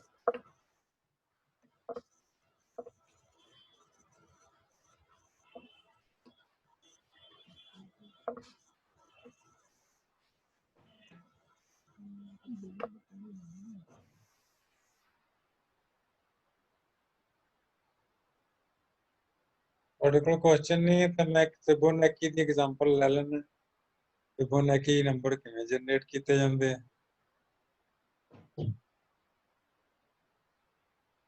ਫਿਬੋਨਾਚੀ number ਦੇ ਵਿੱਚ ਪਹਿਲਾ ਨੰਬਰ ਤੁਹਾਡੇ ਕੋਲ 0 ਆਉਂਦਾ ਹੈ, ਉਹ ਆਉਣਾ ਹੀ ਆਉਣਾ ਹੈ, ਤੇ ਦੂਸਰਾ ਨੰਬਰ ਤੁਹਾਨੂੰ ਚਾਹੀਦਾ ਹੀ ਚਾਹੀਦਾ ਹੈ, ਕਿਉਂਕਿ ਤੀਸਰਾ ਨੰਬਰ ਜਿਹੜਾ ਹੈ ਉਹ ਪਹਿਲੇ ਦੋ ਦਾ ਸਮ ਹੋਊਗਾ। ਤਾਂ ਪਹਿਲਾ ਨੰਬਰ ਵੈਲਿਊ 0 ਲੈ ਲਈ, ਦੂਸਰੇ ਨੰਬਰ ਦੀ ਵੈਲਿਊ 1 ਲੈ ਲਈ। ਇਹਨਾਂ ਨੂੰ ਤਾਂ ਮੈਂ ਲਿਸਟ 'ਚ ਪਾ ਲਿਆ। 1 2 ਨੰਬਰ ਤਾਂ ਮੇਰੇ ਸੇਵ ਹੋ ਗਏ ਇਸ ਲਿਸਟ ਦੇ ਵਿੱਚ, ਜਿਹਨੂੰ ਕਹਿਤਾ ਮੈਂ ਫਿਬੋਨਾਚੀ ਨੰਬਰਸ। ਇੱਥੇ ਜਿਹੜੀ ਇੱਕ ਲਾਈਨ ਲਿਖੀ ਹੈ ਮੈਂ ਉਹ ਲਾਈਨ ਦੇ ਵਿੱਚ ਸਿਰਫ ਮੈਂ ਇਹ ਪੁੱਛ ਰਿਹਾ ਕਿੰਨੇ ਨੰਬਰ ਜਨਰੇਟ ਕਰਨੇ। 2 ਨੰਬਰ ਜਨਰੇਟ ਕਰਨੇ, 2 ਤਾਂ ਹੋ ਗਏ 0 ਤੇ 1। ਜੇ 3 ਲਿਖੂੰਗਾ ਤਾਂ ਇੱਕ ਹੋਰ ਕਰਨਾ ਪੈਣਾ, 0 1 ਤੋਂ ਬਾਅਦ 1। ਆ ਜਿਹੜੀ ਪਹਿਲੀ ਲਾਈਨ ਹੈ ਇਹ ਕਮੈਂਟ ਲਾਈਨ ਹੈ, ਜਿਹੜੀ ਸਿਰਫ ਇਹ ਦੱਸਦੀ ਹੈ ਵੀ ਇਹ ਪ੍ਰੋਗਰਾਮ ਕੰਮ ਕੀ ਕਰਦਾ। ਪ੍ਰੋਗਰਾਮ ਕਰਦਾ ਫਿਬੋਨਾਚੀ ਸੀਰੀਜ਼ ਜਨਰੇਟ ਕਰਦਾ, 0 ਤੋਂ ਸ਼ੁਰੂ ਹੁੰਦੀ ਹੈ, ਕਿੱਥੋਂ ਤੱਕ ਚੱਲਣੀ ਹੈ ਉਹ ਤੁਸੀਂ ਇੱਥੇ ਦੱਸ ਦਿਓਗੇ ਕਿੱਥੋਂ ਤੱਕ ਚਲਾਉਣੀ। ਤਾਂ 0 ਸ਼ੁਰੂ ਹੋ ਗਿਆ ਕਾਊਂਟਰ, ਇਹ ਕਾਊਂਟਰ n ਤੱਕ ਚੱਲੂਗਾ। ਇਸ ਤੋਂ ਬਾਅਦ ਤੁਸੀਂ ਲੈ ਲਿਆ ਫਸਟ ਨੰਬਰ, ਇਸ ਤੋਂ ਬਾਅਦ ਲੈ ਲਿਆ ਸੈਕੰਡ, ਤੇ ਇਹ ਦੋਨੇ ਲਿਸਟ 'ਚ ਪਾ ਦਿੱਤੇ। ਇਸ ਤੋਂ ਬਾਅਦ ਤੁਸੀਂ i ਜਿਹੜਾ ਹੈ ਉਹ ਸ਼ੁਰੂ ਕਰ ਲਿਆ, ਐਂਡ ਕਦੋਂ ਤੱਕ ਹੈ ਨੰਬਰ ਤੱਕ। ਆ ਜਿਹੜਾ ਨੰਬਰ ਹੈ ਉਸ ਤੱਕ ਚੱਲਣਾ ਹੈ। ਤੇ ਪਹਿਲਾ ਨੰਬਰ ਤੁਹਾਡੇ ਕੋਲ 1 ਹੀ ਹੈ, ਜੇ ਮੈਨੂੰ ਇੱਕ ਤਾਂ i ਹੈਗਾ ਹੀ ਹੈਗਾ ਸੀ। ਇਸ ਤੋਂ ਬਾਅਦ ਨਵਾਂ ਨੰਬਰ ਕਿਹੜਾ ਹੋਊਗਾ, ਪਿਛਲੇ 2 ਨੰਬਰਾਂ ਦਾ ਜੋੜ। ਆ ਜਿਹੜੀ ਲਾਈਨ ਹੈ ਉਹ ਇਹ ਕਹਿੰਦੀ ਹੈ ਕਿ ਜਿਹੜਾ ਨਵਾਂ ਨੰਬਰ ਹੋਊਗਾ ਉਹ ਪਿਛਲੇ 2 ਨੰਬਰਾਂ ਦਾ ਜੋੜ ਹੋਊਗਾ। ਤੇ ਫਸਟ ਵੈਲਿਊ ਕਿਹੜੀ ਹੈ, ਉਹ ਸੈਕੰਡ ਵੈਲਿਊ ਫਸਟ ਵੈਲਿਊ ਬਣ ਜਾਂਦੀ ਹੈ। ਐਗਜ਼ਾਮਪਲ ਦੇ ਤੌਰ ਤੇ ਜੇ ਮੈਂ ਕਹਾਂ ਫਿਬੋਨਾਚੀ ਸੀਰੀਜ਼ ਇਦਾਂ ਬਣਦੀ ਹੈ, ਪਹਿਲਾਂ 0 ਫਿਰ 1 ਫਿਰ 1, ਤੇ ਫਿਰ ਪਿਛਲੇ ਦੋਵਾਂ ਦਾ ਜੋੜ 2, ਫਿਰ ਪਿਛਲੇ ਦੋਵਾਂ ਦਾ ਜੋੜ 3, ਫਿਰ ਪਿਛਲੇ ਦੋਵਾਂ ਦਾ ਜੋੜ 5, ਫਿਰ ਪਿਛਲੇ ਦੋਵਾਂ ਦਾ ਜੋੜ 8, ਪਿਛਲੇ ਦੋਵਾਂ ਦਾ ਜੋੜ 13, ਪਿਛਲੇ ਦੋਵਾਂ ਦਾ ਜੋੜ 21। ਉਹਨੂੰ ਸਮਝ ਆ ਰਹੀ ਹੈ। ਇੱਥੇ ਨੈਕਸਟ ਨੰਬਰ ਕਿਹੜਾ ਬਣਿਆ, 0 ਐਂਡ 1 ਤਾਂ ਤੁਹਾਡੇ ਕੋਲ ਸੀਗੇ, ਇੱਥੇ 1 ਬਣ ਗਿਆ।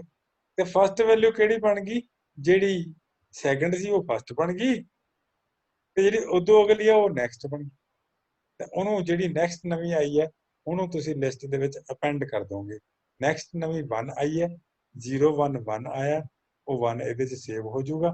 ਇਸ ਤੋਂ ਬਾਅਦ ਅਗਲਾ i ਵੱਧਦਾ ਜਾਊਗਾ, ਕਿਉਂਕਿ i ਦਾ ਮਤਲਬ ਹੈ ਕਾਊਂਟਿੰਗ ਵਧਾਈ ਚੱਲੋ ਜਿੰਨਾ ਚਿਰ ਨੰਬਰ ਤੱਕ ਨਹੀਂ ਪਹੁੰਚਦੇ। ਤੇ ਫਿਰ ਵਾਪਸ ਫਾਈਲ ਤੇ ਆ ਜਾਊਗਾ, ਇੱਥੇ ਆ ਕੇ ਫਿਰ ਉਹਨੇ ਇਹਦੇ 'ਚ ਪਹੁੰਚ ਜਾਣਾ, ਨੰਬਰ ਸ਼ਫਲ ਕਰ ਲੂਗਾ, ਨਵਾਂ ਨੰਬਰ ਬਣਾ ਲੂਗਾ, ਅਪੈਂਡ ਕਰ ਦੂਗਾ, ਨਵਾਂ ਨੰਬਰ ਬਣਾ ਲੂਗਾ, ਅਪੈਂਡ ਕਰ ਦੂਗਾ, ਨਵਾਂ ਨੰਬਰ ਬਣਾ ਲੂਗਾ, ਅਪੈਂਡ ਕਰ ਦੂਗਾ। ਫਿਬੋਨਾਚੀ ਬਣੀ ਜਾਣਗੇ, ਜਿੰਨਾ ਚਿਰ ਨੰਬਰ ਜਿੰਨੇ ਤੁਸੀਂ ਮੰਗੇ ਉਹਨੇ ਨਹੀਂ ਬਣ ਜਾਣਗੇ।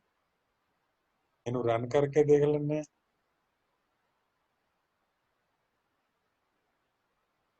दस नंबर जनरेट कर दो, 10 नंबर जनरेट हो गए। 20 ਨੰਬਰ ਜਨਰੇਟ ਕਰ ਦਿਓ। 20 ਨੰਬਰ ਜਨਰੇਟ ਹੋ ਗਏ। ਤੁਹਾਨੂੰ ਦਿਖ ਨਹੀਂ ਰਿਹਾ?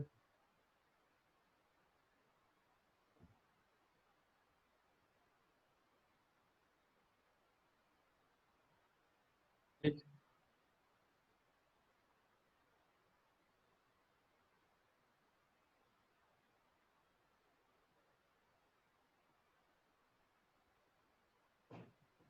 ਇਹ ਅਗਲੇ ਸਾਲ ਤੁਹਾਡੇ ਸਿਲੇਬਸ ਦੇ ਵਿੱਚ ਐਡ ਹੋ ਜਾਣਗੀਆਂ ਲੈਂਗੁਏਜਸ। ਜੇ ਪਹਿਲਾਂ ਜਾਣ ਪਛਾਣ ਹੋਊਗੀ ਤਾਂ ਕਰੋਗੇ ਨਹੀਂ ਚਲਾਉਣ ਲੱਗੇ।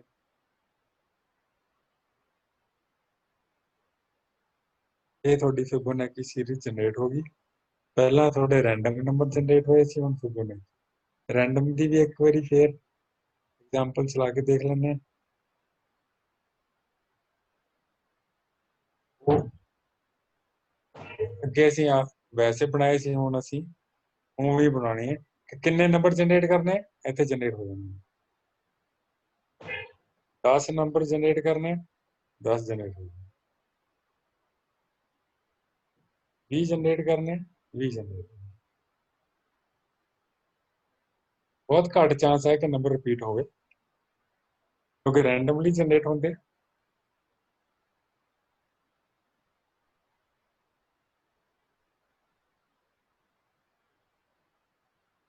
ਤੁਹਾਡੇ ਕੋਲ ਕੋਈ ਕੁਐਸਚਨ ਹੈ ਦਿਮਾਗ 'ਚ ਆ ਗਿਆ ਹੋਵੇ ਤਾਂ ਜ਼ਰੂਰ ਪੁੱਛੋ। ਜ਼ਰੂਰੀ ਨਹੀਂ ਹੈ ਕਿ ਬਹੁਤਾ ਸਿਆਣਾ ਕੁਐਸਚਨ ਹੋਵੇ, ਬੱਚਿਆਂ ਵਾਲਾ ਕੁਐਸਚਨ ਵੀ ਹੋ ਸਕਦਾ।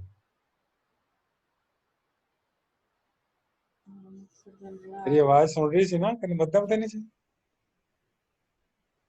ਇੰਦਰਪ੍ਰੀਤ ਮੈਡਮ, ਆਵਾਜ਼ ਮੇਰੀ ਪਹੁੰਚ ਰਹੀ ਸੀ? ਹਾਂਜੀ ਸਰ, ਆ ਰਹੀ ਹੈ ਜੀ।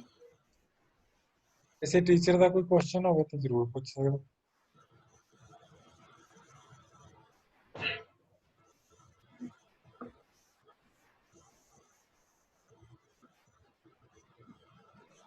ਜੋ ਕੁਛ ਅੱਜ ਕਰਾਇਆ ਗਿਆ ਹੈ ਉਹ ਕੋਈ ਔਖਾ ਸੀ, ਉਹਦਾ ਮੈਨੂੰ ਫੀਡਬੈਕ ਦੇ ਦਿਓ।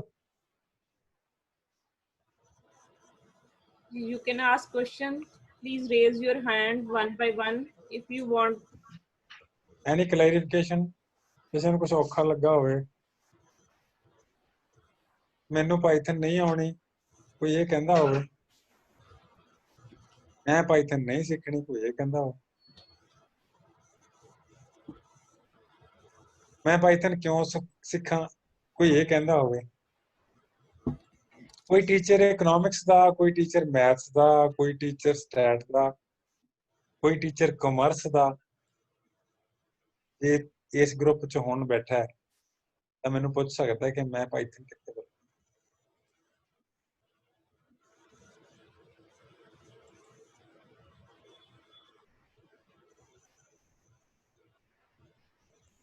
ਵੈਸੇ ਅਸੀਂ ਟੀਚਰਸ ਵਾਸਤੇ ਵੱਖਰਾ ਸੈਸ਼ਨ ਲਾਉਣ ਦੀ ਪਲਾਨ ਕਰ ਰਹੇ ਹਾਂ।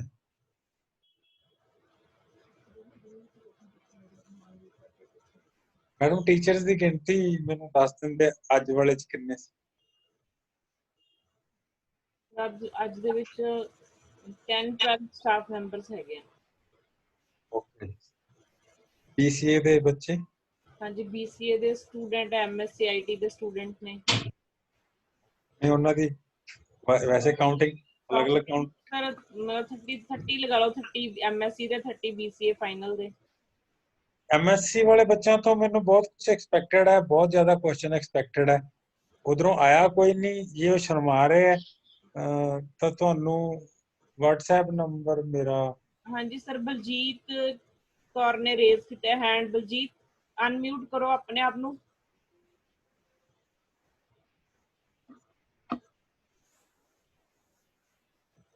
ਬੇਟੇ ਅਨਮਿਊਟ ਨਹੀਂ ਹੋਇਆ।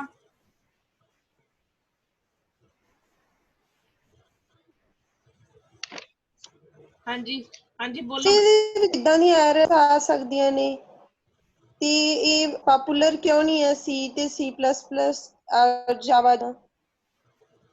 ਦੁਬਾਰਾ ਬੋਲੋ। ਪੁੱਛ ਰਹੀ ਬਲਜੀਤ ਦੁਬਾਰਾ। ਐਰਰ ਕਿੱਦਾਂ ਦੇ ਆਉਂਦੇ ਆ ਤੇ C++ ਜਿੰਨੀ ਪਪੂਲਰ ਕਿਉਂ ਨਹੀਂ ਹੈ? ਕਿਉਂ ਨਹੀਂ ਹੈ? ਹਾਂਜੀ, ਸਾਡੇ ਸਿਲੇਬਸ ਜਿਹੜੇ ਆ ਨਾ ਯੂਨੀਵਰਸਿਟੀ ਦੇ, ਉਹ ਬਹੁਤ ਲੇਟ ਅਪਗ੍ਰੇਡ ਹੁੰਦੇ। CBSE ਤੁਹਾਨੂੰ ਤੁਸੀਂ ਨਾਮ ਸੁਣਿਆ CBSE central board of secondary education, ਉਹਨਾਂ ਨੇ 9ਵੀਂ ਦੇ ਵਿੱਚ ਇਹ ਸਿਲੇਬਸ ਪਾ ਛੱਡਿਆ ਇਸ ਲੈਂਗੁਏਜ ਦਾ। ਸਾਡੀ ਯੂਨੀਵਰਸਿਟੀ ਨੇ ਕਿਉਂ ਨਹੀਂ ਪਾਇਆ? ਤੇ ਹੁਣ ਜਿਹੜੀ ਡੀਨ ਹੈ ਉਹਨਾਂ ਨੇ ਦੇਖਣਾ ਹੁੰਦਾ ਕਿ ਇਸ ਲੈਂਗੁਏਜ ਨੂੰ ਕਿਉਂ ਨਹੀਂ ਪ੍ਰਮੋਟ ਕਰਨਾ। ਤੁਸੀਂ ਇਹ ਦੱਸੋ ਤੁਹਾਨੂੰ ਸਿੱਖਣ ਵਿੱਚ ਇਹ ਸੀ ਦੇ ਕੰਪੈਰੀਟਿਵਲੀ ਸੌਖੀ ਲੱਗੀ ਹੈ ਜਾਂ ਔਖੀ ਲੱਗੀ? ਜਿਹੜੀ ਨਵੀਂ ਲੈਂਗੁਏਜ ਬਣੂਗੀ ਉਹਦੇ ਵਿੱਚ ਪੁਰਾਣੀਆਂ ਲੈਂਗੁਏਜਸ ਦੀ ਫੰਕਸ਼ਨੈਲਿਟੀ ਹੋਊਗੀ ਪਲੱਸ ਕੁਝ ਨਵੇਂ ਗੁਣ ਹੋਣਗੇ। ਇਹ ਤਾਂ ਹੈ ਨਹੀਂ ਵੀ ਪਾਈਥਨ ਉਹ ਕੰਮ ਨਹੀਂ ਕਰ ਸਕਦੀ ਜਿਹੜੀ ਸੀ ਕਰ ਸਕਦੀ ਹੈ, ਪਾਈਥਨ ਉਹ ਸਾਰੇ ਕੰਮ ਕਰ ਸਕਦੀ ਜਿਹੜੀ ਸੀ ਕਰ ਸਕਦੀ ਹੈ। ਜੇ ਸਿਲੇਬਸ ਵਿੱਚ ਨਹੀਂ ਪਾਈ ਜਾ ਰਹੀ ਤਾਂ ਤੁਸੀਂ ਆਪਣੇ ਆਪ ਸਿੱਖ ਲਓ। ਤੁਸੀਂ ਮੈਗਜ਼ੀਨਸ ਦੇਖੋ, ਤੁਸੀਂ ਇੰਟਰਨੈਟ ਜਾ ਕੇ ਸਰਚ ਕਰੋ, ਤੁਸੀਂ ਉਹਨੂੰ ਪੁੱਛੋ 1 ਨੰਬਰ ਤੇ ਲੈਂਗੁਏਜ ਕਿਹੜੀ ਜਾ ਰਹੀ ਹੈ, ਉਹ ਤੁਹਾਡੇ ਸਾਹਮਣੇ ਬੋਲਦਾ। ਮੈਂ ਪਿਛਲੇ 2 ਸਾਲਾਂ ਤੋਂ ਵਰਕਸ਼ਾਪ ਲਾ ਰਿਹਾ, ਤੁਹਾਡੇ ਕਾਲਜ ਵਿੱਚ ਵੀ ਇੱਕ ਵਰਕਸ਼ਾਪ ਲਾਈ, ਚੰਡੀਗੜ੍ਹ ਵੀ ਵਰਕਸ਼ਾਪ ਲਾਈ, ਲੁਧਿਆਣੇ ਵੀ ਲਾਈ। ਉਹ ਕਿਉਂ ਲਵਾ ਰਹੇ? ਉਹਨਾਂ ਨੂੰ ਪਤਾ ਹੈ ਕਿ ਜਿਹੜਾ ਫਿਊਚਰ ਹੈ ਇਸੇ ਲੈਂਗੁਏਜ ਤੇ ਟਿਕਿਆ।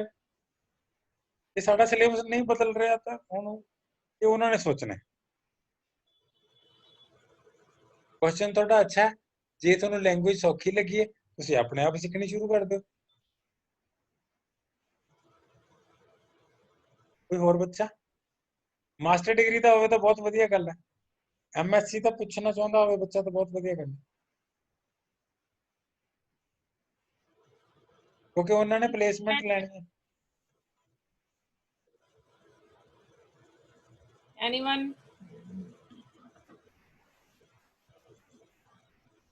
हाँ जी, रेडमी आ रहा प्लीज।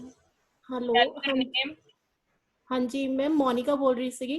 ओके ਸਰ ਤੋਂ ਇੱਕ ਕੁਐਸਚਨ ਹੈ, ਜਿਹੜਾ 584 ਇਹਨਾਂ ਨੇ ਸੈਪਰੇਟ ਕੀਤਾ ਸੀ ਮੈਥਡ, ਸਰ ਨੇ ਜਿਵੇਂ ਪਹਿਲਾਂ ਡਿਵਾਈਡ ਕੀਤਾ, ਤੇ ਉਹਦਾ ਕੀ ਹੋਰ ਕੋਈ ਮੈਥਡ ਵੀ ਹੋ ਸਕਦਾ ਜਾਂ 10 ਨਾਲ ਆਪਾਂ ਨੂੰ ਡਿਵਾਈਡ ਤੇ ਮੋਡੂਲਸ ਯੂਜ਼ ਕਰਨਾ ਪਏਗਾ?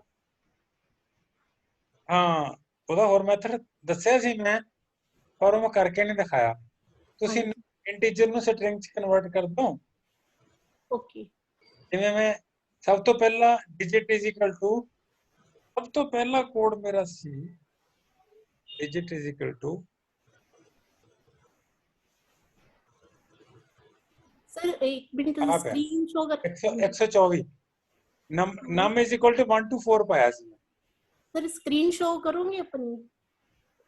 शेयर नहीं हो रही? नहीं sir.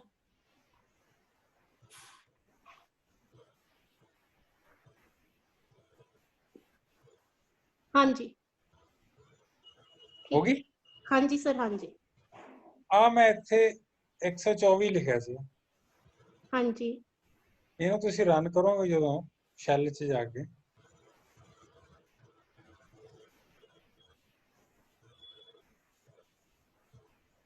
n is equal to 1 to 4 आ गया। ओके, आगे चारे हो गए, कितने हो गए? Thank you sir. ਨਵੀਆਂ ਲੈਂਗੁਏਜਸ ਜਿਹੜੀਆਂ ਨਾ ਉਹਦੇ ਪਿੱਛੇ ਅੱਜ ਦੀ ਡੇਟ ਵਿੱਚ ਕਿਤਾਬ ਪੜ੍ਹ ਕੇ ਸਿੱਖਣ ਦੀ ਲੋੜ ਨਹੀਂ ਹੈ। YouTube, Google ਤੁਹਾਡੀ ਸਾਰੀ ਹੈਲਪ ਕਰਦਾ। ਅਸੀਂ ਅਜੇ ਵੀ ਆਦਤ ਪਾਉਂਦੇ ਹਾਂ ਵੀ ਕੋਈ ਬੁੱਕ ਲੈ ਕੇ ਪੜਾਂਗੇ, ਉਹ ਬੁੱਕ ਸ਼ੁਰੂ ਕਰਾਂਗੇ 10 ਪੇਜਾਂ ਤੋਂ ਬਾਅਦ ਸਾਨੂੰ ਕੋਈ ਹੋਰ ਕੰਮ ਪੈ ਜਾਊਗਾ ਤਾਂ ਬੁੱਕ ਉਵੇਂ ਪਈ ਰਹਿ ਜੂਗੀ। 6 ਮਹੀਨੇ ਬਾਅਦ ਫਿਰ ਯਾਦ ਆਊਗਾ ਬੁੱਕ ਪਈ ਸੀ, ਪਹਿਲੇ 10 ਪੇਜ ਫਿਰ ਕੰਮ ਕੀਤੇ ਜਾਣਗੇ, ਉਹ ਫਿਰ ਬੁੱਕ ਉਵੇਂ ਪਈ ਰਹਿ ਜਾਂਦੀ ਹੈ। ਇਸ ਕਰਕੇ ਉਹ ਮੁੱਕਦੀ ਨਹੀਂ ਕਦੇ। ਇੱਥੇ ਸੀ ਕਿ n ਜਿਹੜਾ ਮੈਂ ਲਿਆ ਉਹ 1 to 4 ਲਿਆ ਸੀ, ਇਹ ਜਿਹੜਾ ਮੈਂ ਲਿਆ ਉਹ 1 to 3 ਲੈ ਲਿਆ। ਹੁਣ ਮੈਂ ਜੇ z is equal to str of ਇਹ ਕਰਦੇ ਹਾਂ ਤਾਂ z ਮੇਰਾ ਸਟ੍ਰਿੰਗ ਬਣ ਗਿਆ। ਹੁਣ ਮੈਂ z ਦਾ ਜਿਹੜੇ ਮਰਜ਼ੀ ਟੋਟੇ ਕਰੀ ਚੱਲਾਂ। ਇਹ ਕਾਮਰਸ ਦੇ ਹੋ ਮੈਡਮ? नहीं सर, कंप्यूटर साइंस दी है। ਕੰਪਿਊਟਰ ਸਾਇੰਸ ਤਾਂ ਕੰਪਿਊਟਰ ਸਾਇੰਸ ਦੇ ਵਿੱਚ ਇੱਕ ਇਹ ਟੌਪਿਕ ਹੈ ਕਿ ਫਰੈਡੂਲੈਂਟ ਡਾਟਾ, ਤੁਹਾਨੂੰ ਪਤਾ ਲੋਕ ਫੋਰੈਂਸਿਕ ਦੇ ਵਿੱਚ ਕੀ ਹੁੰਦਾ ਹੈ, ਅਸੀਂ ਲੱਭਣਾ ਹੁੰਦਾ ਹੈ ਕਿਹੜੇ ਬੰਦੇ ਨੇ ਸ਼ਰਾਰਤ ਕੀਤੀ ਡਾਟੇ ਦੇ ਵਿੱਚ। ਜੇ ਮੰਨ ਲਓ ਆਪਾਂ ਇਹ ਕਹਿ ਦਈਏ ਕਿ ਕਿਸੇ ਬੰਦੇ ਨੇ, ਠੇਕੇਦਾਰ ਨੇ ਸੜਕ ਬਣਾਈ ਹੈ, ਗਲੀਆਂ ਬਣਾਈਆਂ, ਤੇ ਉਹਨਾਂ ਦੀ ਲੈਂਥ, ਗਲੀਆਂ ਦੀ ਲੈਂਥ ਵੱਖੋ ਵੱਖਰੀ ਸੀ, ਅਸੀਂ ਚੈੱਕ ਕਰਨਾ ਚਾਹੁੰਦੇ ਹਾਂ ਕਿ ਉਸ ਬੰਦੇ ਨੇ ਗਲਤ ਪਾਈ ਹੈ ਕਿ ਸਹੀ ਪਾਈ ਹੈ, ਤੇ ਸਾਡੇ ਕੋਲ ਕਿੰਨੀਆਂ ਰੋਜ਼ ਹੈ, 20,000 ਰੋਜ਼ ਦੇ ਵਿੱਚ ਡਾਟਾ ਸਾਡੇ ਕੋਲ ਹੈ। 20,000 ਰੋਜ਼ ਦੇ ਵਿੱਚ ਅਸੀਂ ਇਹ ਵੇਖਣਾ ਚਾਹੁੰਦੇ ਹਾਂ, ਜੇ ਕੋਈ ਮੈਥ ਦੇ ਟੀਚਰ ਬੈਠਾ ਇਹਨਾਂ 'ਚ ਤਾਂ ਮੇਰੀ ਗੱਲ ਧਿਆਨ ਨਾਲ ਸੁਣੋ, ਹੈਗੇ ਕੋਈ ਮੈਥ ਜਾਂ ਅਕਾਊਂਟਸ ਵਾਲੇ ਟੀਚਰ ਬੈਠੇ? ਮੈਥ ਜਾਂ ਅਕਾਊਂਟਸ ਵਾਲੇ ਟੀਚਰ ਬੈਠੇ? मेरा ख्याल सर नहीं है कोई मैथ अकाउंट्स का। ਚਲੋ ਮੋਨਿਕਾ ਮੈਡਮ ਨੂੰ ਦੱਸ ਦਿੰਦੇ, ਜਿਹੜੀ ਫਿਗਰ ਤੁਹਾਡੇ ਕੋਲ 20,000 ਫਿਗਰਸ ਹੈਗੀਆਂ, ਆਪਾਂ ਚੈੱਕ ਕਰਨਾ ਚਾਹੁੰਦੇ ਹਾਂ ਕਿ ਇਹਨਾਂ ਚੋਂ ਕਿਹੜੀਆਂ ਫਿਗਰਾਂ ਲੋਕਾਂ ਨੇ ਜਾਣਬੁੱਝ ਕੇ ਸ਼ਰਾਰਤ ਨਾਲ ਖਰਾਬ ਕੀਤੀਆਂ ਹੋਈਆਂ, ਜਿਹੜੀ ਹੈ ਨਹੀਂ ਸੀ ਤੇ ਬਣਾ ਦਿੱਤੀ ਗਈ ਹੈ। ਉਹਦਾ ਇੱਕ ਤਰੀਕਾ ਹੈ, ਉਹਨੂੰ ਕਹਿੰਦੇ ਬੈਨਫੋਰਡ ਲਾ। ਬੈਨਫੋਰਡ ਲਾ ਦੇ ਵਿੱਚ ਇਹ ਕਿਹਾ ਜਾਂਦਾ ਹੈ, ਜੇ ਤੁਹਾਡੇ ਕੋਲੇ ਫਿਗਰਾਂ ਜਿੰਨੀਆਂ ਵੀ ਹੈਗੀਆਂ ਉਹਦੇ ਵਿੱਚ ਫਸਟ ਡਿਜਿਟ ਜਿਹੜਾ ਫਿਗਰ ਦਾ ਹੈ ਨਾ, ਜੇ ਮੰਨ ਲਓ 125 ਹੈ ਤਾਂ ਫਸਟ ਡਿਜਿਟ 1 ਹੈ, ਜੇ 475 ਹੈ ਤਾਂ ਫਸਟ ਡਿਜਿਟ 4 ਹੈ, ਜੇ 25 ਹੈ ਤਾਂ ਫਸਟ ਡਿਜਿਟ 2 ਹੈ, ਜੇ 5,435 ਹੈ ਤਾਂ ਫਸਟ ਡਿਜਿਟ 5 ਹੈ। ਇਹ ਜਿਹੜੇ ਫਸਟ ਡਿਜਿਟਸ ਹੈ ਨਾ, ਇਹ ਇਕੱਠੇ ਕਰਨੇ ਆ ਪਹਿਲਾਂ। ਜਿਹੜੇ ਫਸਟ ਡਿਜਿਟਸ ਦੀ ਗਿਣਤੀ ਹੈ ਜਿਹੜੀ ਪੂਰੀ ਫਿਗਰਸ ਦੇ ਵਿੱਚ, ਉਹ 31% ਹੋਣੀ ਚਾਹੀਦੀ। ਜਿਹੜਾ 1 ਹੈ ਨਾ, 1 should be 31%। ਜੇ 131% ਹੈ ਤਾਂ ਸਾਨੂੰ ਚਾਂਸਸ ਹੈ ਕਿ ਫਰਾਡ ਬਹੁਤ ਘੱਟ ਹੋਇਆ।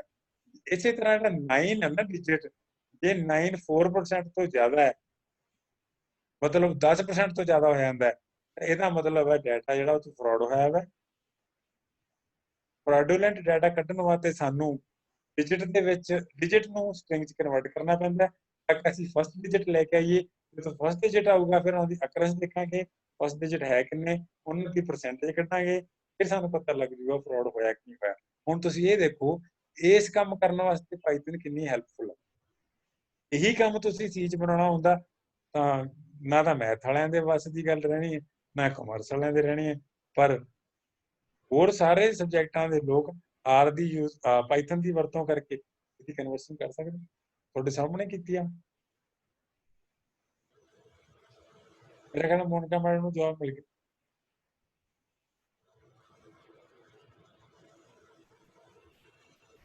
ਦੇਖੋ ਕੁਐਸਚਨ ਹੈ ਤੇ ਦੇਖੋ, ਨਹੀਂ ਤਾਂ ਸੈਸ਼ਨ ਓਵਰ ਕਰਾਂਗੇ। हाँ जी सर, अपने वैसे सेशन ओवर होने वाला ही है, 5 मिनट्स रह गए अपने। हाँ जी, एनीवन प्लीज, जे किसी का कोई क्वेश्चन है तो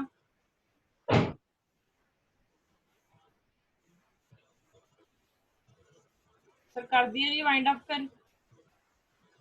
ਜੇ ਕਿਸੇ ਦਾ ਕੋਈ ਕੁਐਸਚਨ ਹੈ ਸਾਹਮਣੇ ਨਹੀਂ ਪੁੱਛ ਸਕਦੇ, ਤੁਹਾਡੇ ਸਾਹਮਣੇ ਈਮੇਲ ਆਈਡੀ ਹੈ, ਤੁਹਾਡੇ ਸਾਹਮਣੇ WhatsApp ਨੰਬਰਸ ਨੇ, ਕੁਐਸਚਨ ਪੁੱਛ ਸਕਦੇ ਹੋ। ਸਕਰੀਨ ਸ਼ੇਅਰ ਹੋ ਰਹੀ ਹੈ ਨਾ? हाँ जी सर। ਤੁਸੀਂ ਇਹਦੀ ਫੋਟੋ ਖਿੱਚ ਸਕਦੇ ਹੋ। ਆਡੀਅנਸਸ ਦਾ ਮੇਰੇ ਵੱਲੋਂ ਬਹੁਤ ਬਹੁਤ ਥੈਂਕਸ। ਮੈਡਮ ਤੁਹਾਡਾ ਵੀ ਥੈਂਕਸ, ਪ੍ਰਿੰਸੀਪਲ ਮੈਡਮ ਦਾ ਵੀ ਥੈਂਕਸ। ਮੈਨੂੰ ਮੈਂ ਇੰਜੋਏ ਕੀਤਾ ਸੈਸ਼ਨ। ਤੁਸੀਂ ਕਿੰਨਾ ਕੀਤਾ ਆਪਦੀ ਫੀਡਬੈਕ ਮੈਡਮ ਨੂੰ ਦੇ ਦਿਓ। Thank you sir. Thank you madam. Thanks for this wonderful session. Sir, it is very useful and you have explained in very easy way. Thank you So madam. all the participants, we meet tomorrow right at 4:30. Thanks. Thank you very much.